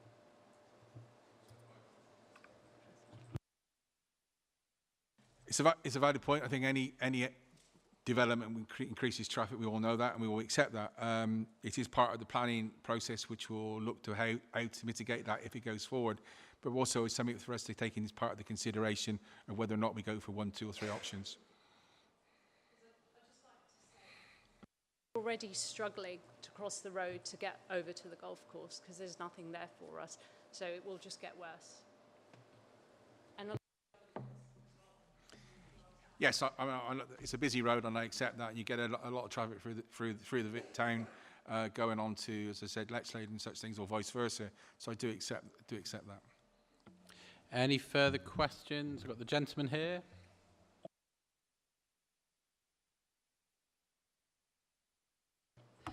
I'd just quickly like to say, how many towns in Britain have an asset like a beautiful piece of wild countryside with an easy walking distance of the very centre of the town? What an asset that is. Actually, do you want to turn your mic off? That's brilliant. Just to think, I probably can say there's quite a lot, because yesterday I was in London for the Green Flag Awards, which is for country parks, nature areas, parks, gardens, and there was 3 of those ceremonies going on. One was yesterday, and there's 2 more to come. And the reason we're there because Central Swindon North Parish Council has got it for its St Mark's Rec, or St Mark's Park, as I'm supposed to call it nowadays. So there are, and there were some examples, and we were mostly in London. Actually, most of the awards were in the London area, and we were brought in from the southwest as well. So there are a number, but you're right. That doesn't mean that whether there's a lot or there isn't a lot, it shouldn't make any difference. It's what's the value it brings to the people of Highworth and to the people of Swindon that we need to take into consideration. And if it's the right decision for Highworth and the right decision for the whole of the borough of Swindon. Any further questions? I think we are coming towards the end. So thank you very much for that. We're now going to move on to the main item on Highworth. So can I just explain the process from now on? So we'll get the lead member, Councillor Small, to introduce the item. And at that point, I will go round and ask the Cabinet if they want to ask any questions. So we've finished the part of the meeting where we're asking for public questions. But I will ask the Cabinet, and I'll also ask the 3 Highworth Town Councillors who are here if they want to speak. So I will hand over now to Councillor Small to introduce the report and propose the recommendations. Thank you, Chair. This report has been instigated due to the fact that the local councillors put forward a motion to full council about the consideration of transferring the old golf course land to the ownership of Highworth Town Council for a £1 fee. The report has taken time, and that has been raised in public question time today. And there's been numerous factors. We as a borough council talking to the town council. There's also been the issue of PERDA on 2 occasions, which has not helped get this full report forward. And also, I think, to make it perfectly clear, the report of we found it, we weren't comfortable initially that we were actually taking on board some of the areas and concerns which have been raised by residents, by the town council representations, and when we've heard again from residents this evening. The important factor is that we have to look at best consideration. And I'm in response to one of the questions, and I think it was to Rob's original written question, and I said in there about, in my heart of heart, I would love to be able to give over the land tomorrow and have it as a nature reserve stroke country park, whatever you want to call it. But as a borough councillor and as a member of the Cabinet, I have to take in other considerations and other factors, and that's what we've been charged with doing, and that is what our response to the motion from council, which is preempted in the sense of having to make this decision tonight, where probably we could have carried on maybe in talks a little bit longer, is that if we are going to decide on the future of the land, then we have to take all factors into consideration, and that is why the report is recommending 3 options for consideration, which are outlined clearly in the report, and at 3.7, which is to, as you aim to modify the sites of, for a country park, stroke nature reserve, the housing scheme of 400 residential units with 50% affordable housing, and also, or 700 units with 50% affordable housing. Those 3 options, therefore, would be part of a future report to the Cabinet for us to make a final decision on what the future of the old, of the old Iworth golf course. We will continue, as I've said, within the public question time, to keep in close dialogue with the people of Iworth through the Town Council, and we look forward to working with them. The important thing is also that to recognise that we, as a council, also have financial issues, and that has to be taken into consideration as part of our thing, and that's why option 2 and 3 are within the report. But I can guarantee to the people of Highworth and to the whole of Swindon that this the future decision that we will make in the future, probably around October time, will be based on all the information that we receive, the professional advice we receive, and all options and all the things which have been raised by the public during this evening will be taken into consideration before making that final decision. In doing so, Chair, I do move the recommendations in the report for the Cabinet to consider. Thank you, Councillor Small. I'm happy to second those recommendations. Does anyone from the Cabinet wish to speak? So I've got Councillor Grant first. Thank you, Chair. I think I know the answer to my question, but in the spirit, as April said, of resetting the relationship between Borough and Council, I was expecting this question to be asked, and it hasn't been, so I'll ask it. A lot of people in this room have, this is their second time round on this issue, and the last time they were successful in removing house building issue from the Highworth Golf Course. My question is, Kevin, is to build houses on Highworth Golf Course, are we going to not need to put the Highworth Golf Course back on the local plan? And as it is not currently on the local plan, how do we get it back on the local plan? And do we need to create some sort of special exemption to do that? The plan is, the proposal is to actually have the local plan as it already is, for it to go out to consultation, and part of that consultation process will then decide on the final plan. At the present time, the Highworth Golf Course remains as open space or green space. It does not have any housing development allocated to it, and it is the intention at the present time, subject to full council's decision when we go out to draft, because it will be a full council decision, that will remain the same, the proposal which will go forward to full council. There is a possibility of an exception, that any proposal for development could go for an exception against the local plan, but that has to be based on the threshold and criteria at the time. Whether or not this would meet those thresholds and those proposals, the indication is with the 50% affordable that could be possible, but that may change when any consideration in the future took place. But the advice also, I would hope, that would be fully clarified and fully included with any advice we're given as part of the report that comes back in October. Councillor Bushell. Thank you, Chair. There's been some really useful challenges and questions in the room tonight in terms of the questions we ask when we next debate this, in terms of how do we value and quantify the environmental values of the land as it is, and how do we quantify the health and well-being benefits. A couple of other specific things I would like to ask us to consider that have come from we've had emails from residents as well.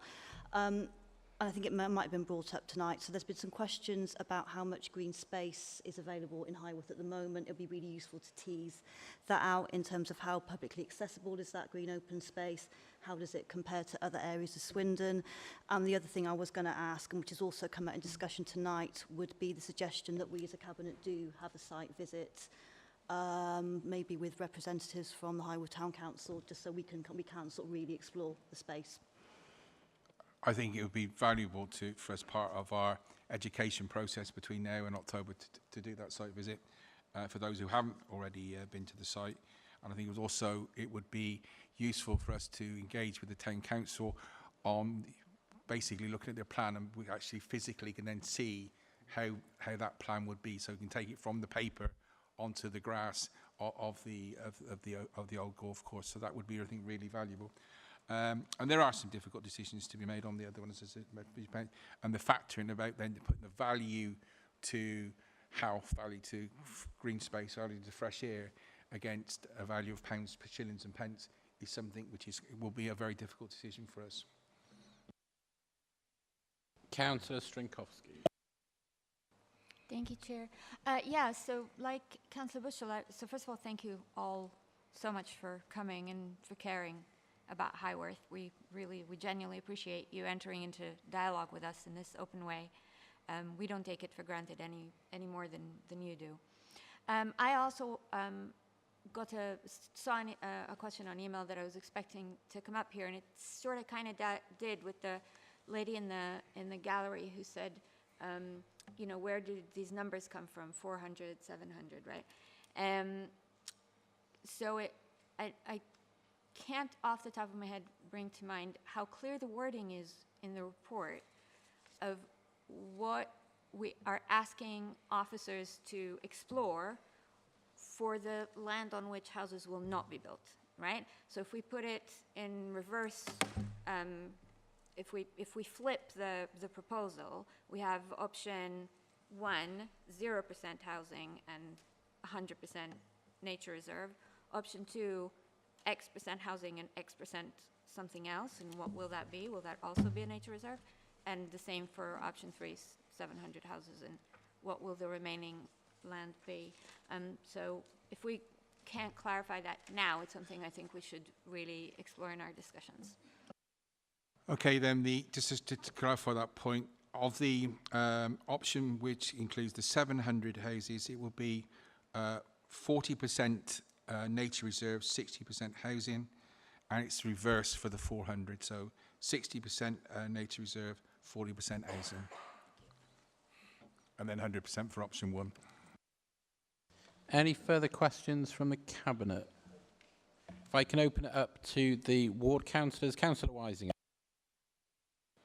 Thank you, Leader. The first thing I'd like to say is thank you very much for agreeing to bring this motion forward, this item forward, so that the members of the public and members of Highworth could voice their opinions and do that. So thank you very much for doing that. Much appreciated. I have a number of questions. My first one is, as Leader of the Council, will you commit to working with the new North Swindon MP, Will Stone, who has publicly said that he would like the old Highworth golf course saved, and has asked the Council to consider either leasing or transferring part of the land to the Town Council to ensure that there will be no houses built on the land? I'm more than happy to work with, I was going to call him Councillor Stone, he's not Councillor Stone anymore, with Will Stone MP. He's already been in touch with me, as you might imagine, on a number of occasions since he took up the role and beforehand. More than happy to work with him, and we'll try and find the best way forward. Okay, thank you. My second question is, on the 20th of January 2022, I proposed a motion at full council, seconded by Councillor Manro, to have the old Highworth golf course removed from the local plan, and this was fully supported by all Labour councillors at the time. Why have suddenly all Labour councillors changed their minds? To answer that point, first of all, I wanted to, as a technical point, there was a motion put forward before then, which was put forward by myself, which included a Highworth golf course not being built on, and it was voted against by the administration of the day, and it was then only voted for on your second motion, which you put forward after mine. So just to clarify that particular point. The second point is that the local plan still encapsulates that motion, so therefore it's not included within the local plan, and I've made it clear on several occasions to officers that was the will of the council, and that is reflected in the proposals coming forward in the local plan. The reason why this discussion has been taken forward tonight is basically because of the motion that you put forward, which was to put the £1 transfer. Because of the fact that motion was put forward, we had to then respond to that motion. Therefore, comes up the argument, what is the future of the land, what's going to be used, the land's going to be used for, and therefore it provoked then or triggered the wider debate about the land's future. It can't be transferred, as we've said, for the pound with your motion. That's why we're recommending that no further action is taken on your motion. But it then triggered the fact of asking what the future is, and that's where those three options have come from. Okay, thank you, Councillor Small. On what you responded about the first motion that you put, yours also included a lot of other amendments, but let's leave that to the side. My third question is, why has there been no consultation with the 3 ward councillors on this housing idea prior to it appearing on the July Cabinet agenda, and what has happened to the democratic process and the promise of transparency? Please could I ask that in future you include the 3 ward councillors on consultations, as sadly we've not been able to get involved since the administration changed hands in 2023. So if you could take that into consideration, working with the town council as well. Point taken on board. There was supposed to be a meeting with us recently, as you know, but myself and the leader of the council were in his office, and the Highworth councillors were on site, misunderstanding about where we were supposed to be meeting. But we will try and engage wherever possible. The PERDA didn't help with some of these issues because we went from local government PERDA to national PERDA. We're almost on top of each other before we could actually progress it. We have had a dialogue with the town council, which I'm very pleased with, and but you're right, borough councillors need to be kept in the loop. Okay, and then my final question for the Cabinet is, do you believe that Highworth meets the public open space requirement per citizen currently? If not, how can you consider development on this site? And if yes, and development ultimately happens, will that leave enough public open space for the residents of Highworth? Every factor will be taken into consideration as part of the next report, and the open space issue will be taken on board as part of that. And then that will be a combination of ingredients which will be considered before making our final decision. Okay, thank you very much. Councillor Munro. Right, thank you, Chair. My question, I think, has been answered a little bit, but I want to know that when we put the motion through, it's taken nearly 6 months for it to be discussed. What were the reasons for it not to be discussed prior to this meeting? I'm tempted to say I referred to the councillor to the answer I gave some moments ago. There has been PERDA, 2 lots of PERDA that we've had to go through, which restricted us at being able to make anything public, especially considering that both parliamentary candidates were beating the drum about, the 2 main parliamentary candidates beating the drum about their support for it. So therefore, it was clear that we were not going to do anything until after that, because we didn't want to make it a general election issue.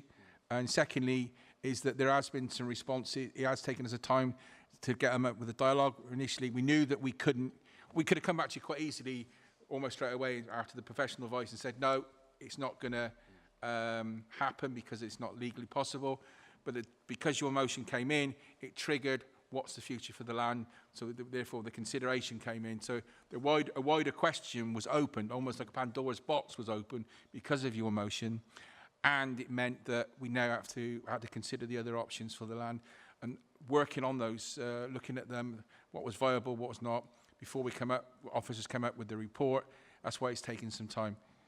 We could have easily dealt with it very quickly and said no, but that wouldn't have then dealt with the future, which was triggered by your motions.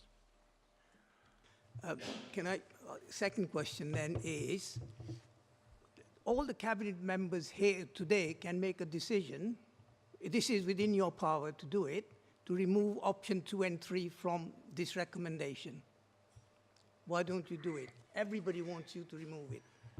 Because we need to, if we're going to do best consideration, then we need to be seen to have gone through a process of best consideration, and option 2 and 3 offers us that able for us to demonstrate that we have done best consideration. So, if, for example, if we were then got challenged by the department for whatever it is, it's not levelling up any, whatever the new government department is, local government and housing, was to challenge us on that decision. We will be able to give a quite clear process that we've gone through for best consideration before coming to that decision. It would support, going through this process actually supports option 1 if that is the final decision. Yeah, I think what I meant was you still retain the land and leave it as open space. Yeah, no, and that, as I said during public question time, and I will continue to say, that was my response to when officers said, no, we can't do it to your motion, was then we go into a partnership or some sort of partnership arrangement where SBC retains the land and the town council then runs or manages the nature reserve stroke country park. And that's what option 1 basically is. But as I said, we still have to go through the best value consideration, which has been brought to the fore because of the fact that the motion has now brought it to the consideration, and which we have to therefore do that process to justify any of the decisions we make on Highworth Golf Course. Thank you. Going forward, I know you say there will be a report in October. Will that be presented to the full council for discussions? It's a decision for Cabinet, not for full council. Thank you. Right. I think one final formal thank you to the Cabinet for making the arrangements today to accommodate the residents of Highworth, and obviously over an hour of public questions was appreciated.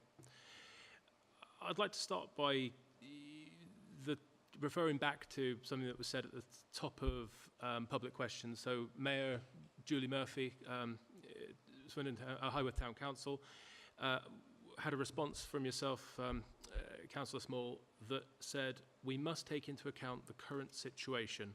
There is no current designation.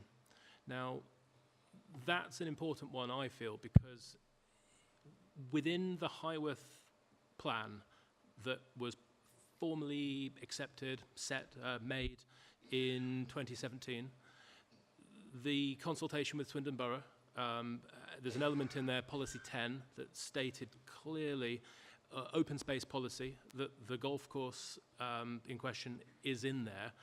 That wasn't challenged, that was accepted, and that is our current live plan for Highworth, which forms part of what's going through with Swindon adoption of the plan, and shouldn't really have any conflict in what's been adopted and accepted within the Highworth plan. So the question over whether it should or shouldn't be formally acknowledged as open space, I don't think is relevant necessarily. So I kind of wanted to call that out in that it was in the accepted plan. Clarify my response. The local plan has no designation on the site. That's what I was saying. Oh, does that help? So, moving on, definitely disappointed to hear that the majority of the Cabinet have not visited the site, in that it's been over 6 months since this was put to become a Cabinet meeting item that's been moved out and out. Now, it's worth highlighting for everyone's benefit that Highworth has some other open space that you can clearly see. So Pentylands Park I'm referring to, big, large open space. But with the residents here would know the ability to be able to go out for much of the year and walk across it without needing Wellington boots and be well protected. It's just not the same as the golf course. We do not have all year round access to it in the same way.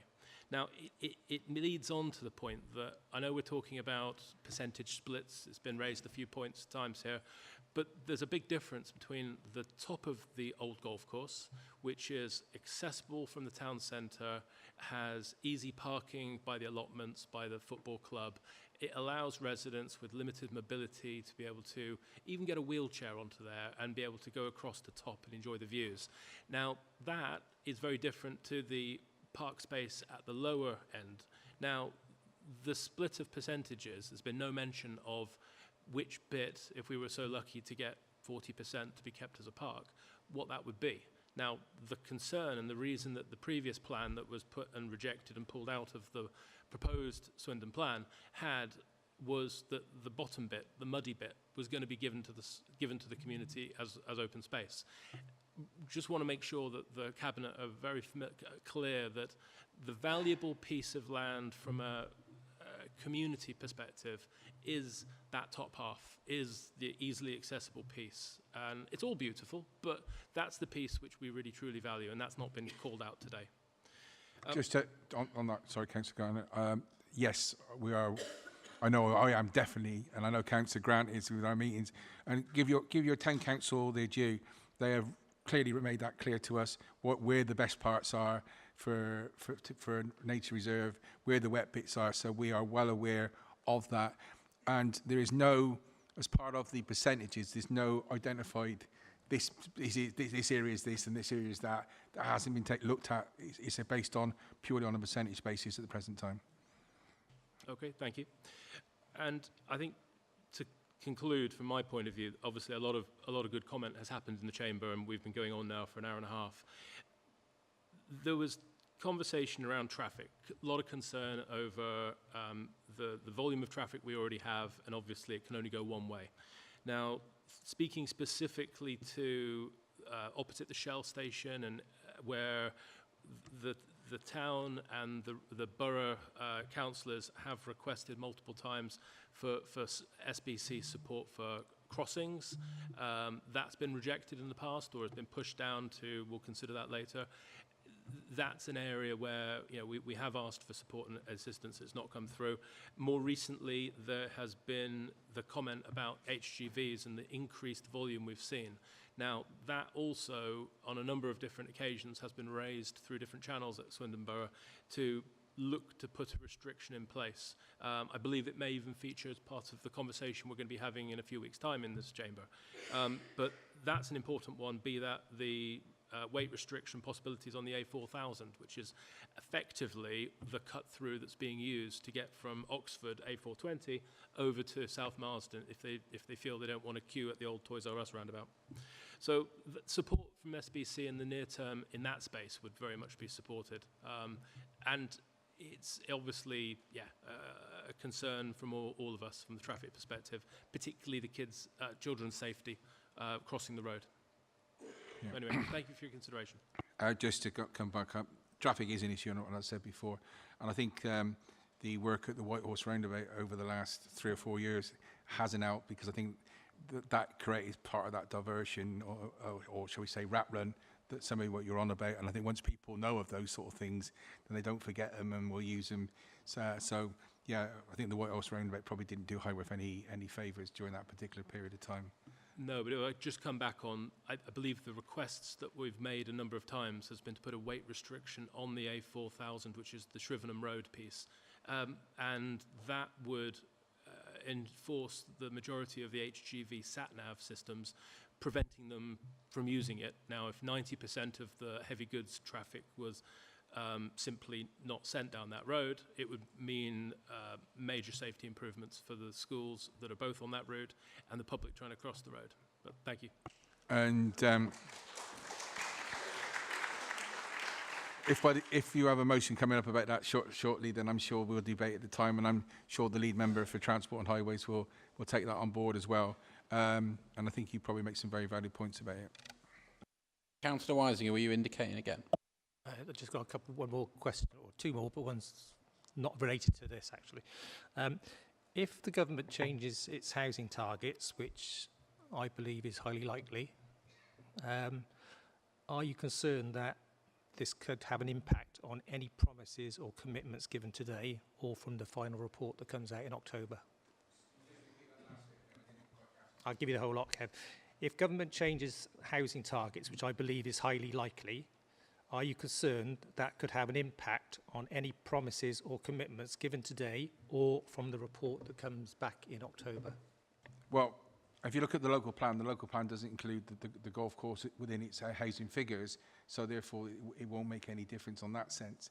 I've also spoken to officers prior to the King's speech today about whether or not what capacity there is within the local plan for an increase. Now, depending on what the increase is, as you know, the local plan is looking for around about 20,000 houses over the next 20 years. some of that is already existing commitments, and then there's the new element as well. There is in there an element, there is a reserve element, and within the reserve element, at the moment, based on what intelligence we have from government, LGA and everything else, there is enough within that reserve element to take on any possible increases. But until we know what the actual figures are, I can't comment one way or the other. But there is also a lot of additional land which has been rejected from the local plan for whatever various reasons, or they're not desirable because the other plots are better sites, which would then be put into consideration, which is the normal process for any local plan. So at the moment, I don't think, even if it was a exorbitant increase, that it would threaten the change of status within the local plan. Okay, thank you very much. And then my final question is just to the leader, not on this, but you commented about Will Stone saying MP but not a councillor anymore. Has he resigned as a borough councillor? He is still a councillor, but his proper title now that he's been elected as an MP is, I think it's Councillor Will Stone MP. Yeah. No, I do just when you said he's no longer a councillor, I was just wondering whether or not he'd resigned, that was all. The process, as I understand it, is, for the Labour Party at least, is all councillors who have been elected as MPs have to have a discussion with the Chief Whip of the Labour Party within 28 days of the election, and then they set forward what their plans are. And I know that Will Stone, Councillor Will Stone MP, has instigated those conversations with the Chief Whip. So that process is ongoing. Okay, no, thank you very much, Leader. Just wanted to... No worries. Just wanted to clarify. Thank you very much. Right then. Any further questions from the Cabinet at this point? Right then, so we're going to move on to the vote. So, just for the clarity of everyone, I'll read out what we are voting on. So the recommendations on this report are 2.1, to note the restrictions on the disposal of land set out in section 123 of the Local Government Act 1972, including that the council must obtain best consideration for the disposal of its land. Any disposal of the site in accord with the proposed motion could exceed the 2 million undervalue permitted under best consideration rules, given the possible future use of the site. 2.2, that Cabinet is not to approve the council motion due to the constraints imposed upon it by section 123 of the Local Government Act 1972. And 2.3, to agree that the future use of the former Highworth Golf Course site will be considered within the council's estates and assets work being undertaken as part of the transformation plan to enable the requirements of section 123 of the Local Government Act 1972. For some reason it says LGA 1972 again in brackets afterwards, to be fully explored. So that is what we are voting on. Can all of the Cabinet members who are in favour please indicate? So that is passed. So that concludes the Highworth Golf Course item. I'll now adjourn the meeting for those people who want to leave at this point. Can I thank everyone for their time and patience on a very warm night in here. Thank you very much.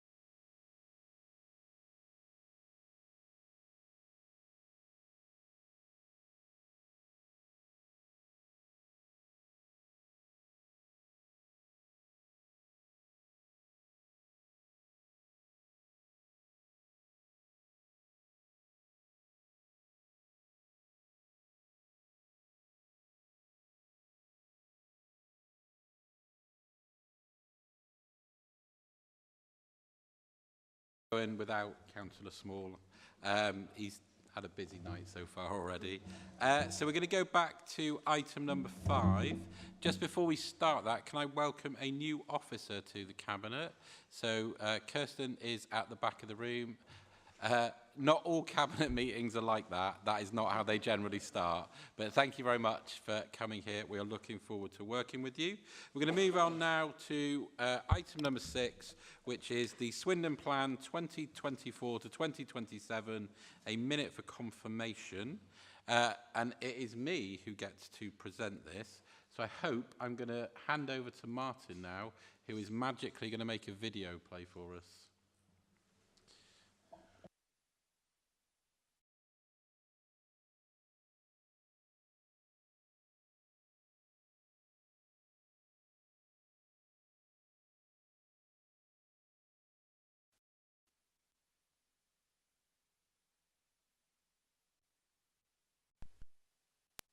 The Swindon Plan, told by the people of Swindon.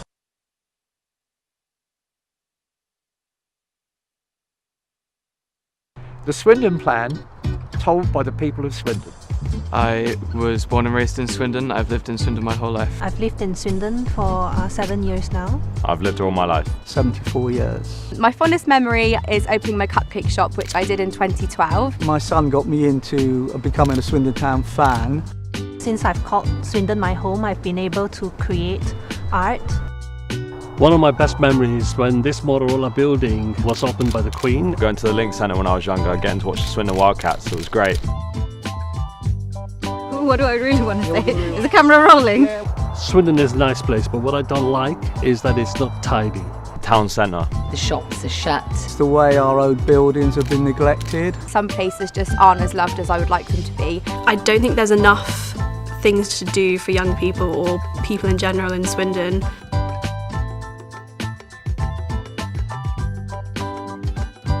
a read of that one.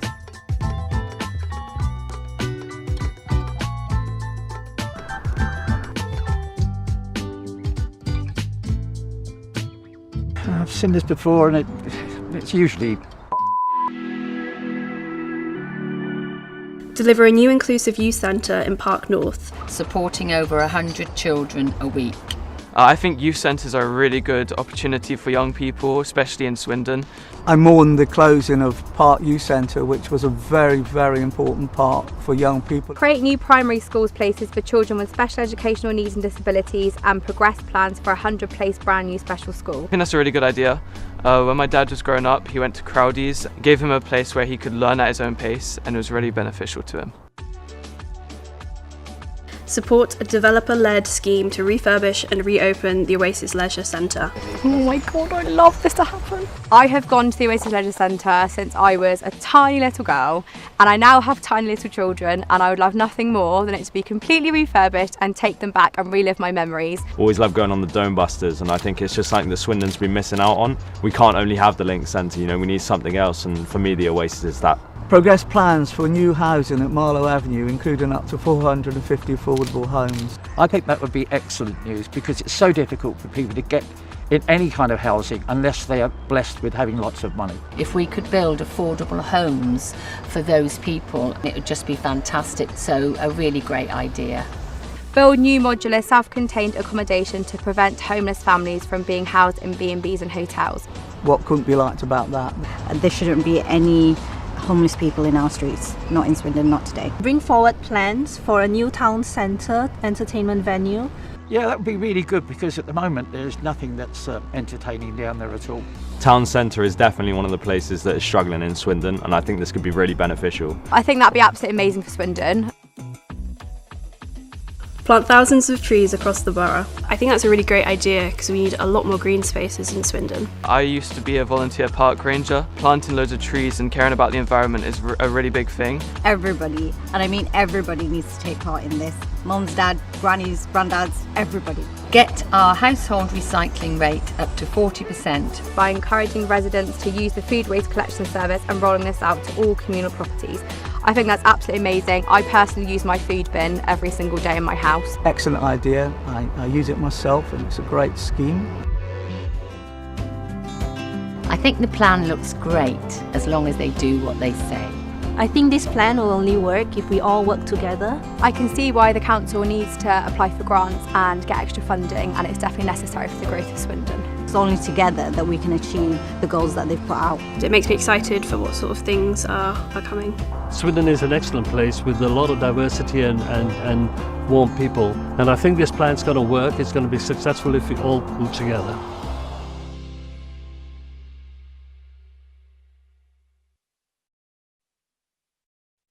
Thank you very much, Martin. So yeah, really excited to be finally bringing this forward.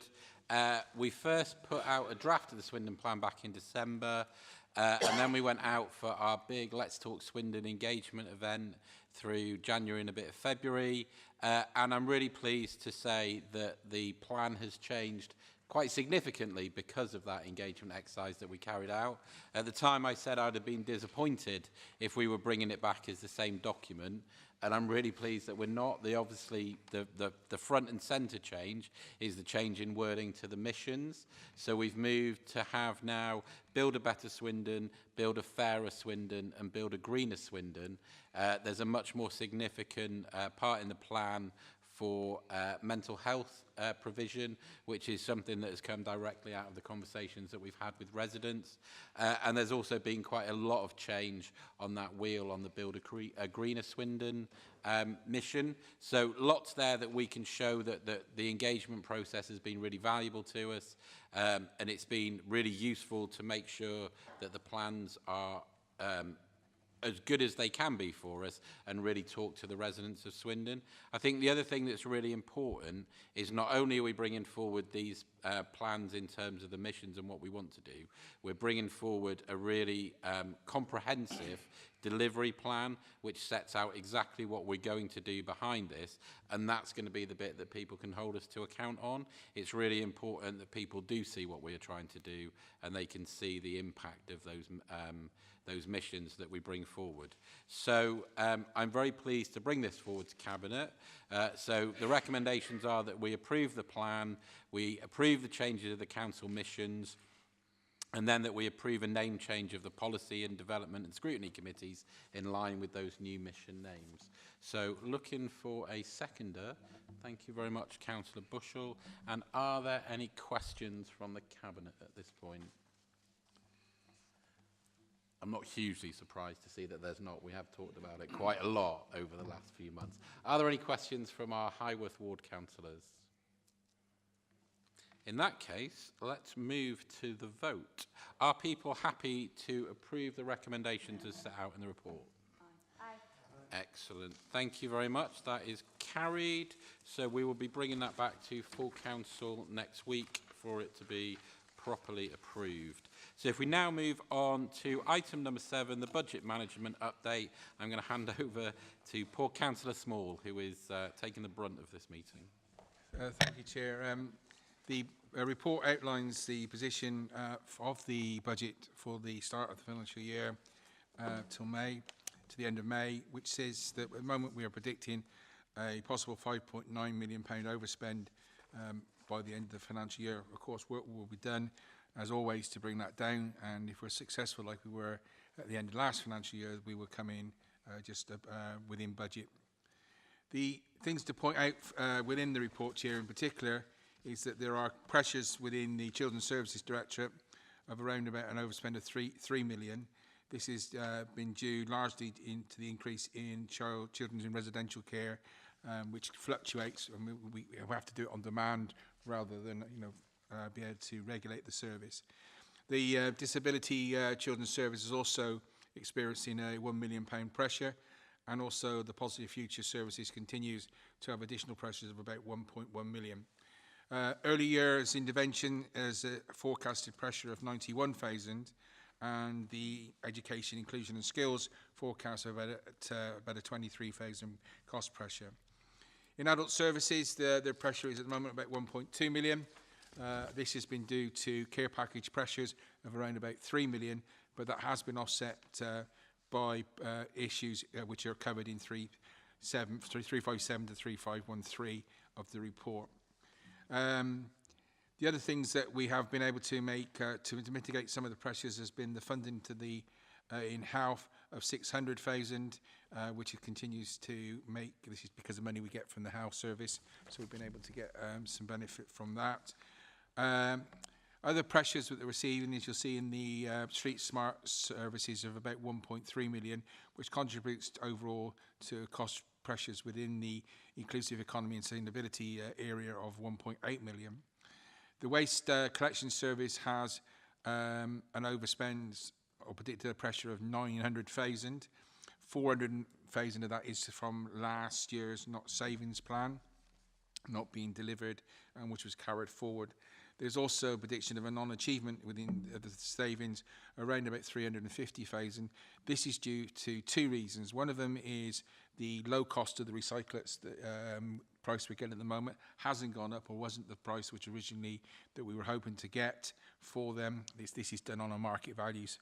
You know, it fluctuates like the currency, or like gold, silver, or the precious metals. So it changes daily in some respects.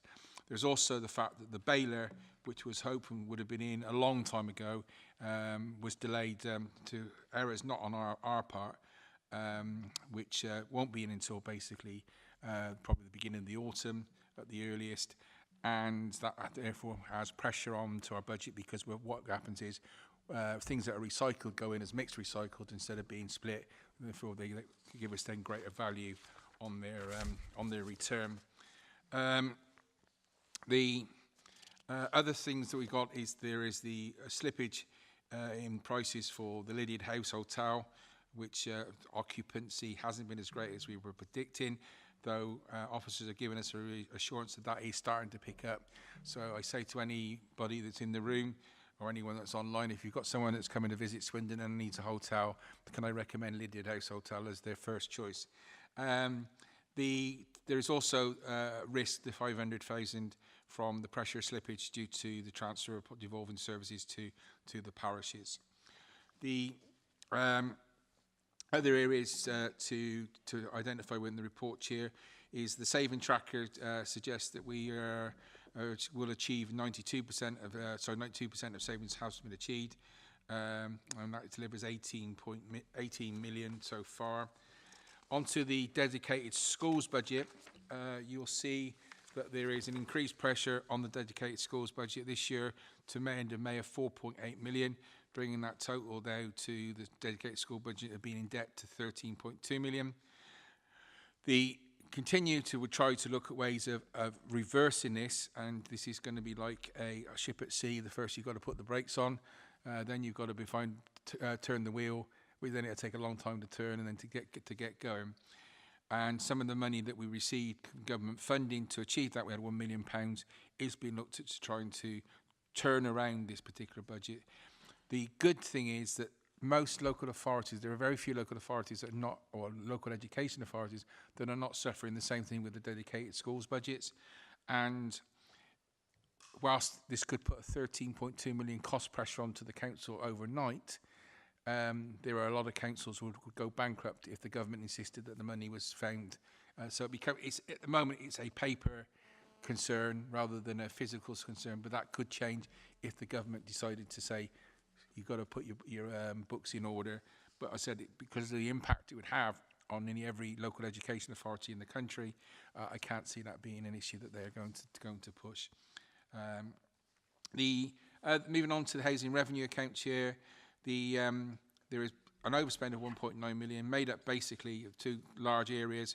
One is an increase in the cost of, we've actually put more money into voids and getting them back into service with them, which will give us rent. So it's going to benefit us in the long term.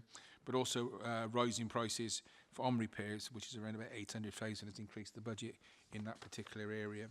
And I think that covers most of the areas that I wish to cover within the report, and we'll move the recommendations at 2 in the report, Chair. Thank you very much. Do we have a seconder for this? Thank you, Councillor Bushell.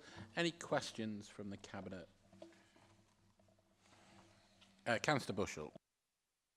It's a comment more than a question. It's just to note that the detail outlined in the report about some of the budget pressures, the challenges to service delivery, the overspend due to increased demand, give a context to the first agenda item this evening, and why as a Cabinet and Council we've got an obligation to make sure that any decisions we make on spending and assets are interrogated ruthlessly through a number of lenses.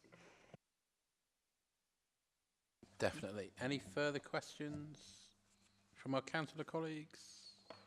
In that case, shall we move to the vote and approve the recommendations as set out in part 2 of the report?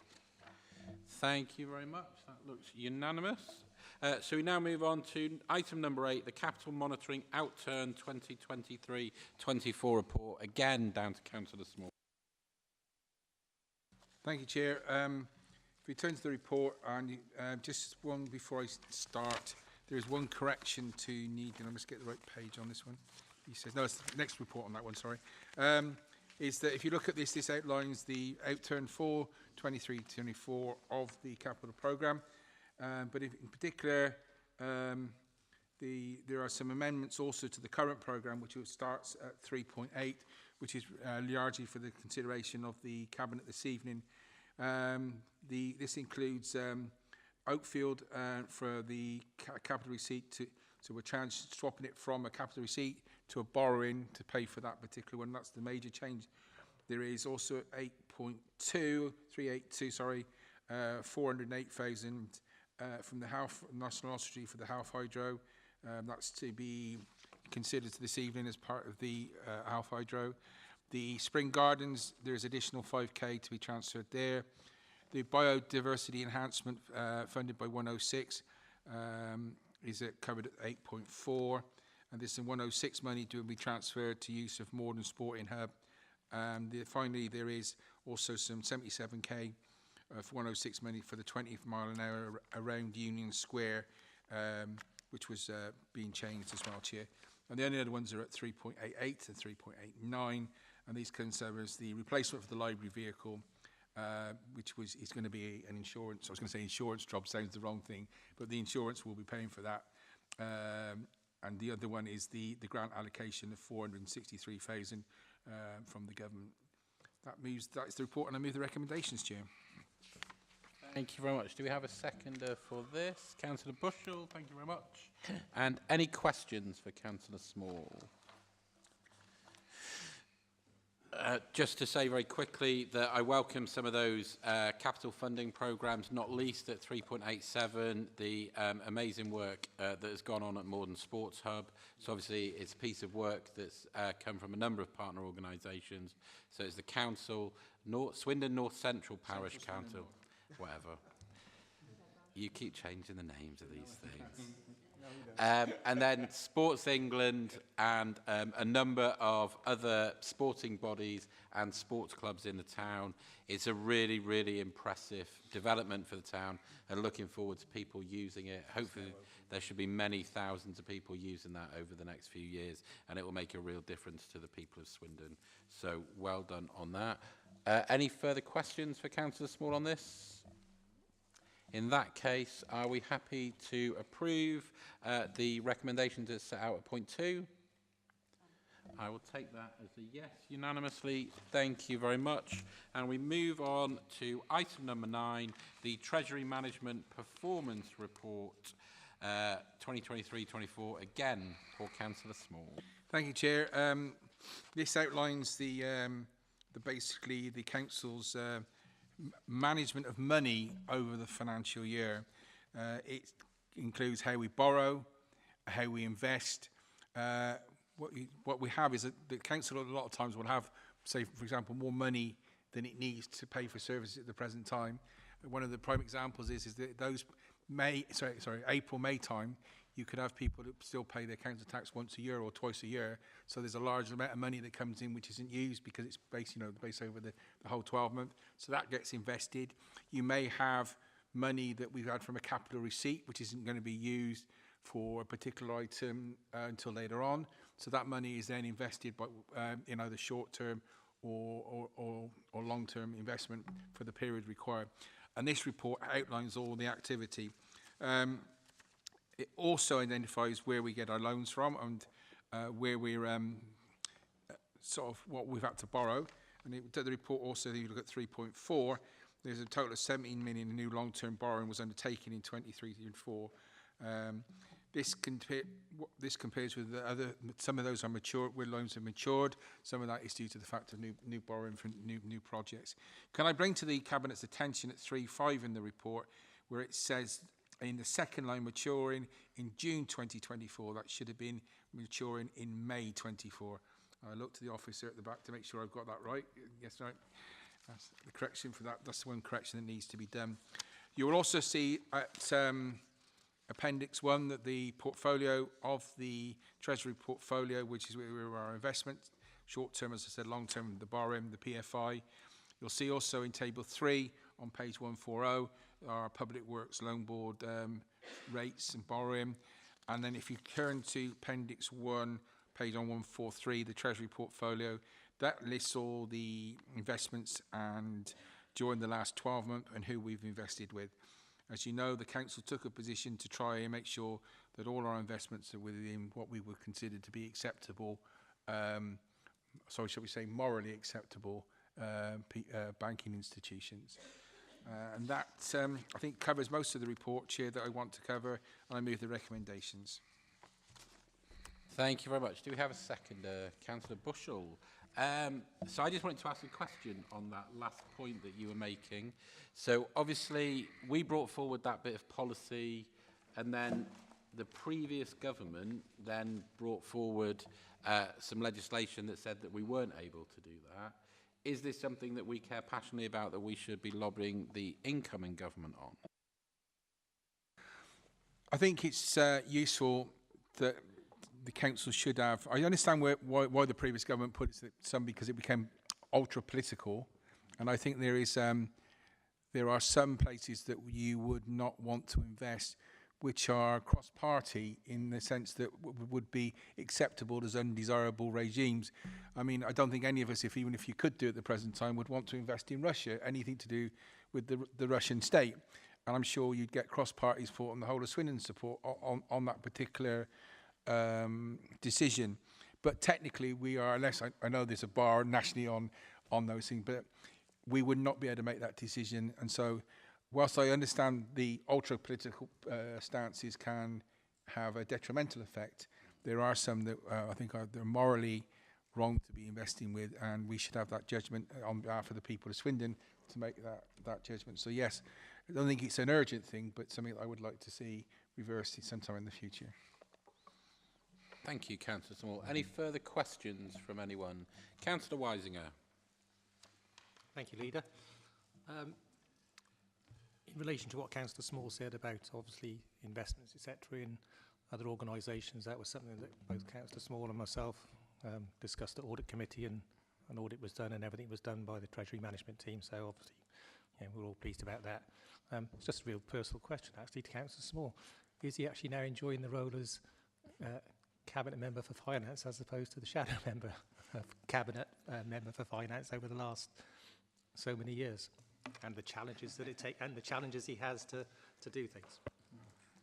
To answer your question, the answer is yes, because I think when you're in a position of responsibility, I hate to use the word power, but power, you do get to make decisions and help to form directions and how to get the borough in a way that you wish it to be. So that always will be a yes. There's a negative side, that there is a constant challenge financially. This is the financial challenges now are completely different to 35 years ago when I came into local government, where money was tight, but not ultra tight as it is now. And that's a constant worry and a constant burden, I think, for any lead member of finance, no matter what council you're on. But yes, I enjoy my role, I enjoy my portfolio, and hopefully my colleagues will say that I make a valid contribution to how the council, direction of the council and its future well-being. Thank you, Councillor Small. And as I've always said at Audit Committee, I always thank the finance team and Internal Audit and Kim. I enjoyed working with Steve over the years as well. So thank you, Kevin. Much appreciated. Cheers, thank you. Any further questions? Are we happy to note the recommendations? Recommendation 2.1. Yep. I will take that as a yes. Thank you very much, everyone. We'll move on now to item number 10, the Housing Policy Review, and I will pass over to Councillor Howarth, give Councillor Small a rest. Thank you, Chair. This is a comprehensive piece of work that's been done in light of the new Housing Regulation Act by the Transformation Officer, who's identified as set out in Appendix 5 all the policies that we should have or we've currently got or need renewing. Also in Appendix 5 it relates to Cabinet approval for some and delegated powers for the others. So I'm asking, and the first 4 have come forward tonight, there will be a whole raft of ones coming to Cabinet bit by bit. These are quite comprehensive documents, and some are even 42 pages when they come. These will not be what tenants will see. Tenants will get an easy read version. These are legal documents that will be used by housing officers in order to implement policy correctly. So I'm asking Cabinet if they will approve the recommendations in 2, and that they'll approve that we have the delegated powers and that the ones that need to come to Cabinet will. Thank you.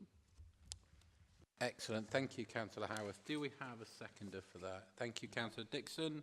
Do we have any questions for Councillor Howarth? Councillor Grant. Obviously, I support this. Can I just ask a question? Is this, because you've got policy relating to both domestic abuse and antisocial behaviour, and this presumably is just in relation to tenants?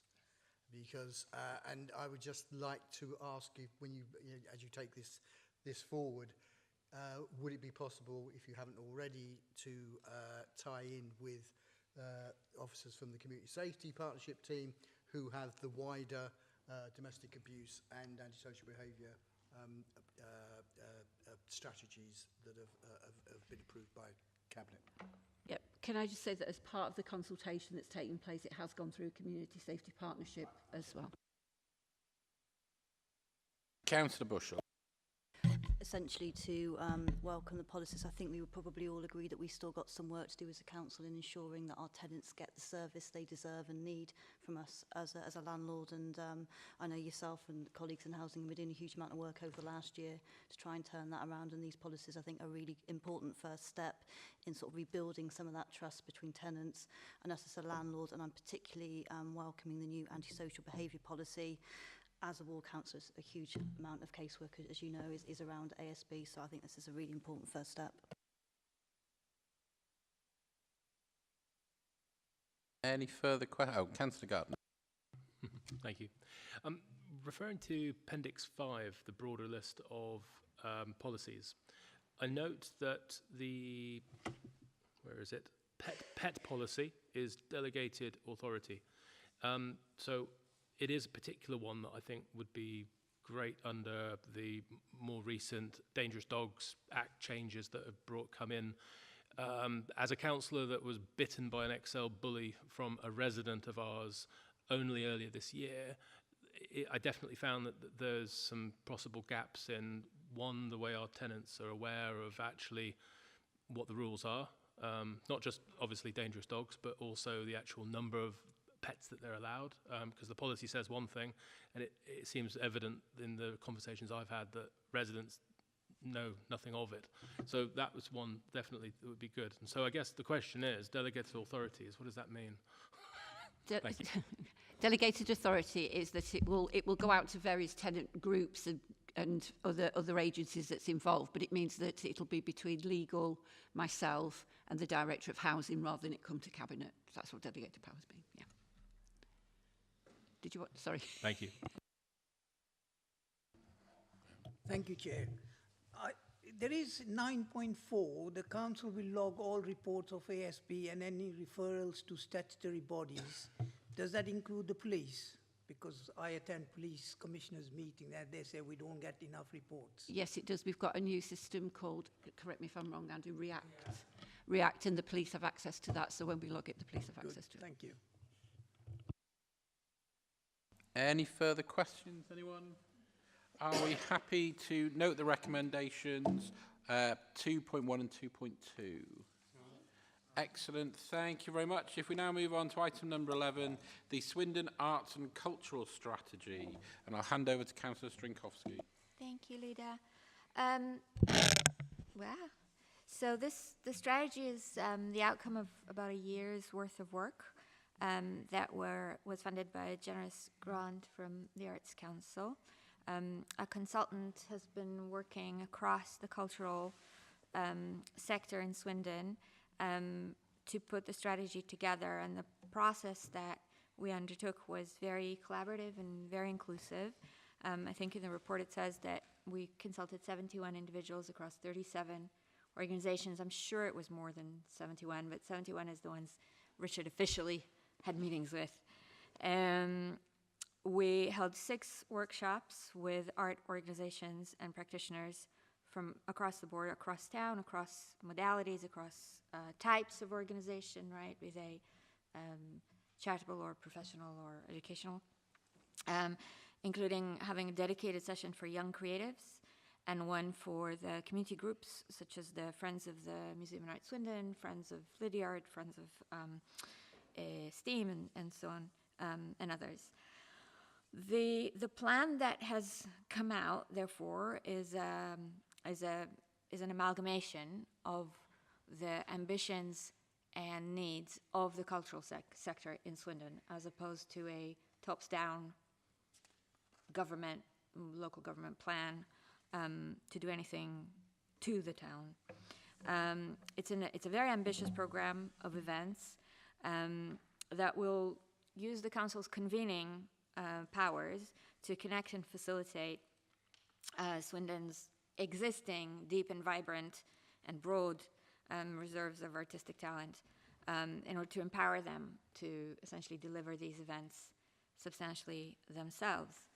I'm very proud of the strategy, both for how we got to it, how we got to have it, but also how it proposes to deliver itself, because I think in these financially straitened times, we really need that kind of creative collaboration in order for councils to still be able to support the arts and to support culture and heritage with a minimum of direct financial spend, which, as Councillor Small has been telling us, is tight. So I recommend that Cabinet approves this report. Thank you very much. I'll second this one. I think if I can just set on record my huge thanks to the Arts Council for the amazing support that they've given us since we've taken over the council. I have to say that the meetings we have with them are definitely amongst my favourites in my role as leader of the council, because they're always so massively upbeat, they're always really happy to be here, and they're always talking about how they can improve Swindon and work with us to do that. And it's an unbelievable amount of money that they've already invested in the town, and more money to come. So I think it's a really exciting opportunity for us all. So yeah, very happy to second it, and really looking forward to seeing what the strategy can deliver. Do you have any questions for Councillor Strinkowski? Councillor Howarth. Sorry, it's not so much a question, it's just how much the arts and the vibrancy around the town has changed recently, and especially with the opening of the museum. I think it's a fantastic job with very limited funds. Councillor Gardner. I think also just to note and extend a bit of a thanks to the Arts Council from a Highworth position. We 2 weeks ago had our annual music festival, Word Up, and for the first time it wasn't a 1.5-day event, Friday, Saturday. It was also extended to Sunday, only possible through Arts Council funding that was successful. First time I believe Arts Council have put money into a project outside of Swindon's town itself, so that was kind of a big, a highly appreciated piece. And some of the money did in fact come back to SBC through, we were able to fund the Mobiloo, so that was on site for all 3 days as part of the funding from the Arts Council. So not just the Sunday event was possible, but also the inclusivity of the entire event through making it that much easier for people to attend. So yeah, definitely appreciated from Highworth. Thank you. I forget, I'm having a brain bubble. I forget what it was that made it so that I couldn't come to the festival, but I was absolutely cut up about that because I looked at the program. It looked amazing. I'm glad it was a success. Excellent. Any further questions, or are we happy to note the recommendations, agree the recommendations 2.1 and 2.2? Excellent. Thank you, everyone. So we'll now move on to item number 12, the council motion on farming, and we're going to give an encore to Councillor Small and bring him back for one last time. It's coming home, it's coming. Thank you, Chair. Can I just start? I mean, I know when this motion was put forward, one of the Rawton councillors who poured it slightly, I think, in electioneering mode at the time was Brian Ford. And I just want to use this opportunity to say how shocked I was when I heard Brian's passing. I was really sad that somebody that's, in a sense, two old fuddy-dudders together in the sense of when it came to council membership, and I wasn't able to attend his funeral. But it was a shock that he didn't able to enjoy his retirement from local government so very long. So I just wanted to say that before I start him. Now I'm going to totally disagree with Brian and everything else that he would put forward in this motion. Chair, just to put a bit of context on it, why have we got farms? If I apologise if I call them county farms, because I'm still... the County Farms Act was brought in round about 1918, and it was done to give people coming back from the First World War an opportunity to get back into the farming industries, which was very much dependent on at that time, and it required all local county councils to hold land holdings. And the plan was that you had a small, medium and large, and once you got to the large, you'd spend a few years in each and then go off and buy yourself your own farm within the private sector. That was always the intention, though I think it broke down probably during the 50s and 60s when it became, you had permanent tenants in that very rarely ever moved, and land was merged and the smaller farms were done away with and to make them more viable. The reason I give that as context that in 97, when the local government reorganisation, the borough as a unitary, so take on the county responsibilities, all those within the borough boundaries moved into Swindon and became borough farms instead of the county farms. So that's why we've got farms that belong to us, because of the Farms Act just after the First World War. Chair, the future of the farms, as you know, we had some which have already been sold as part of the Wychell Stowe, and also the Goddards estate and everything else which is part of the Wychell Stowe development. And the report quite clearly highlights in 3.2 and 3.3 the potential for these sites, and where they're located close to the M4 and good access means it would be wrong of us, especially when we've had, and with three Highworth councillors still present, you know, and we've said about the decisions we have to make about money and everything else, that we don't actually put them into the estates review, and that's the overall council estates of everything that we've got as part of our assets review. And that's why we're rejecting the motion and recommend that we don't go any further than that they do form part of the review, because we do strongly believe that whilst there is a role for county farms, borough farms, I should say, and we have to also take the responsibilities under that Act, what obligations we've still got required by that, if any, and so we can take that all into the mix as part of the review and come up with what we see as being the future. And there will be large parts of the estate that we've still got for natural reasons, environmental reasons, or whatever, that can't be built on if you were looking to build, because they're just in the wrong place. The part of it is also in the area of outstanding, I think, natural beauty or whatever, around the Alcombe area. So that all has to be taken into consideration as part of any review. So the recommendation is, Chair, that we reject the motion which was brought to council. And I move recommendation 2.1. Thank you very much. I'm happy to second that, and also to echo your comments about Councillor Ford, and just to remind everyone that we'll be holding a proper tribute to Councillor Ford at the council meeting next week. Councillor Weisinger. Thank you, Leader. Yeah, very nice words about the late Councillor Ford and a very well attended funeral. Can I just clarify that obviously I know this is farming, but things like Pentylands Country Park or Pentylands Play Area, Park area, aren't going to be taken or considered to be taken away? The report is just about the county farm, so in a sense we're responding to that. I would be very much surprised if we're looking at anything which is already it has a service provision. So the answer is I can't say no to anything, to everything or whatever, you know what I mean. But I was very, very surprised. I just thought I'd ask. I know Yeah, it's a reasonable like I said, question, yeah. I know it's not Yeah, on the farming yeah. aspect, but Yeah. obviously with regards to what we said earlier about things being assessed and valued, etc. I just wanted to find I think out there will be whether that was potentially in the pipeline. That was all. The review may look at everything, but in the sense there will be things that will go out very, very quickly, or even not get looked at. Any further questions on this? Are we happy to move to the vote and agree the recommendation 2.1? Excellent, thank you. So we'll move on to the final item, item number 13, recommendations of the Independent Remuneration Panel on the SRA for the Chair of the Children's and Adults OSC. It's a minute for confirmation and I am responsible for it. I am not planning to take a huge amount of time on this. This is just tidying up the allowance for the new chair of the Children's and Adults Overview and Scrutiny Committee, and the independent panel are recommending that we pay them the same that we pay all of the other committee chairs who have similar roles. So can I have a seconder? Thank you, Councillor Dixon. Any questions? Go on.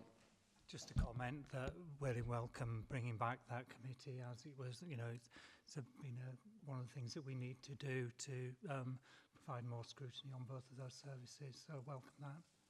Thank you. And yeah, it was the point was made by the Department of Education in the meeting we had earlier today. So thank you to the cabinet member responsible and the corporate director for their work in that meeting.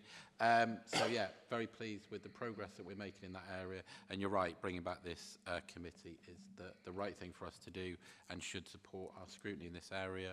Are we happy to move to the recommendations and agree 2.1 to 2.4 on this item? Excellent. Thank you very much, everyone. That concludes the meeting. Thank you very much to all of you for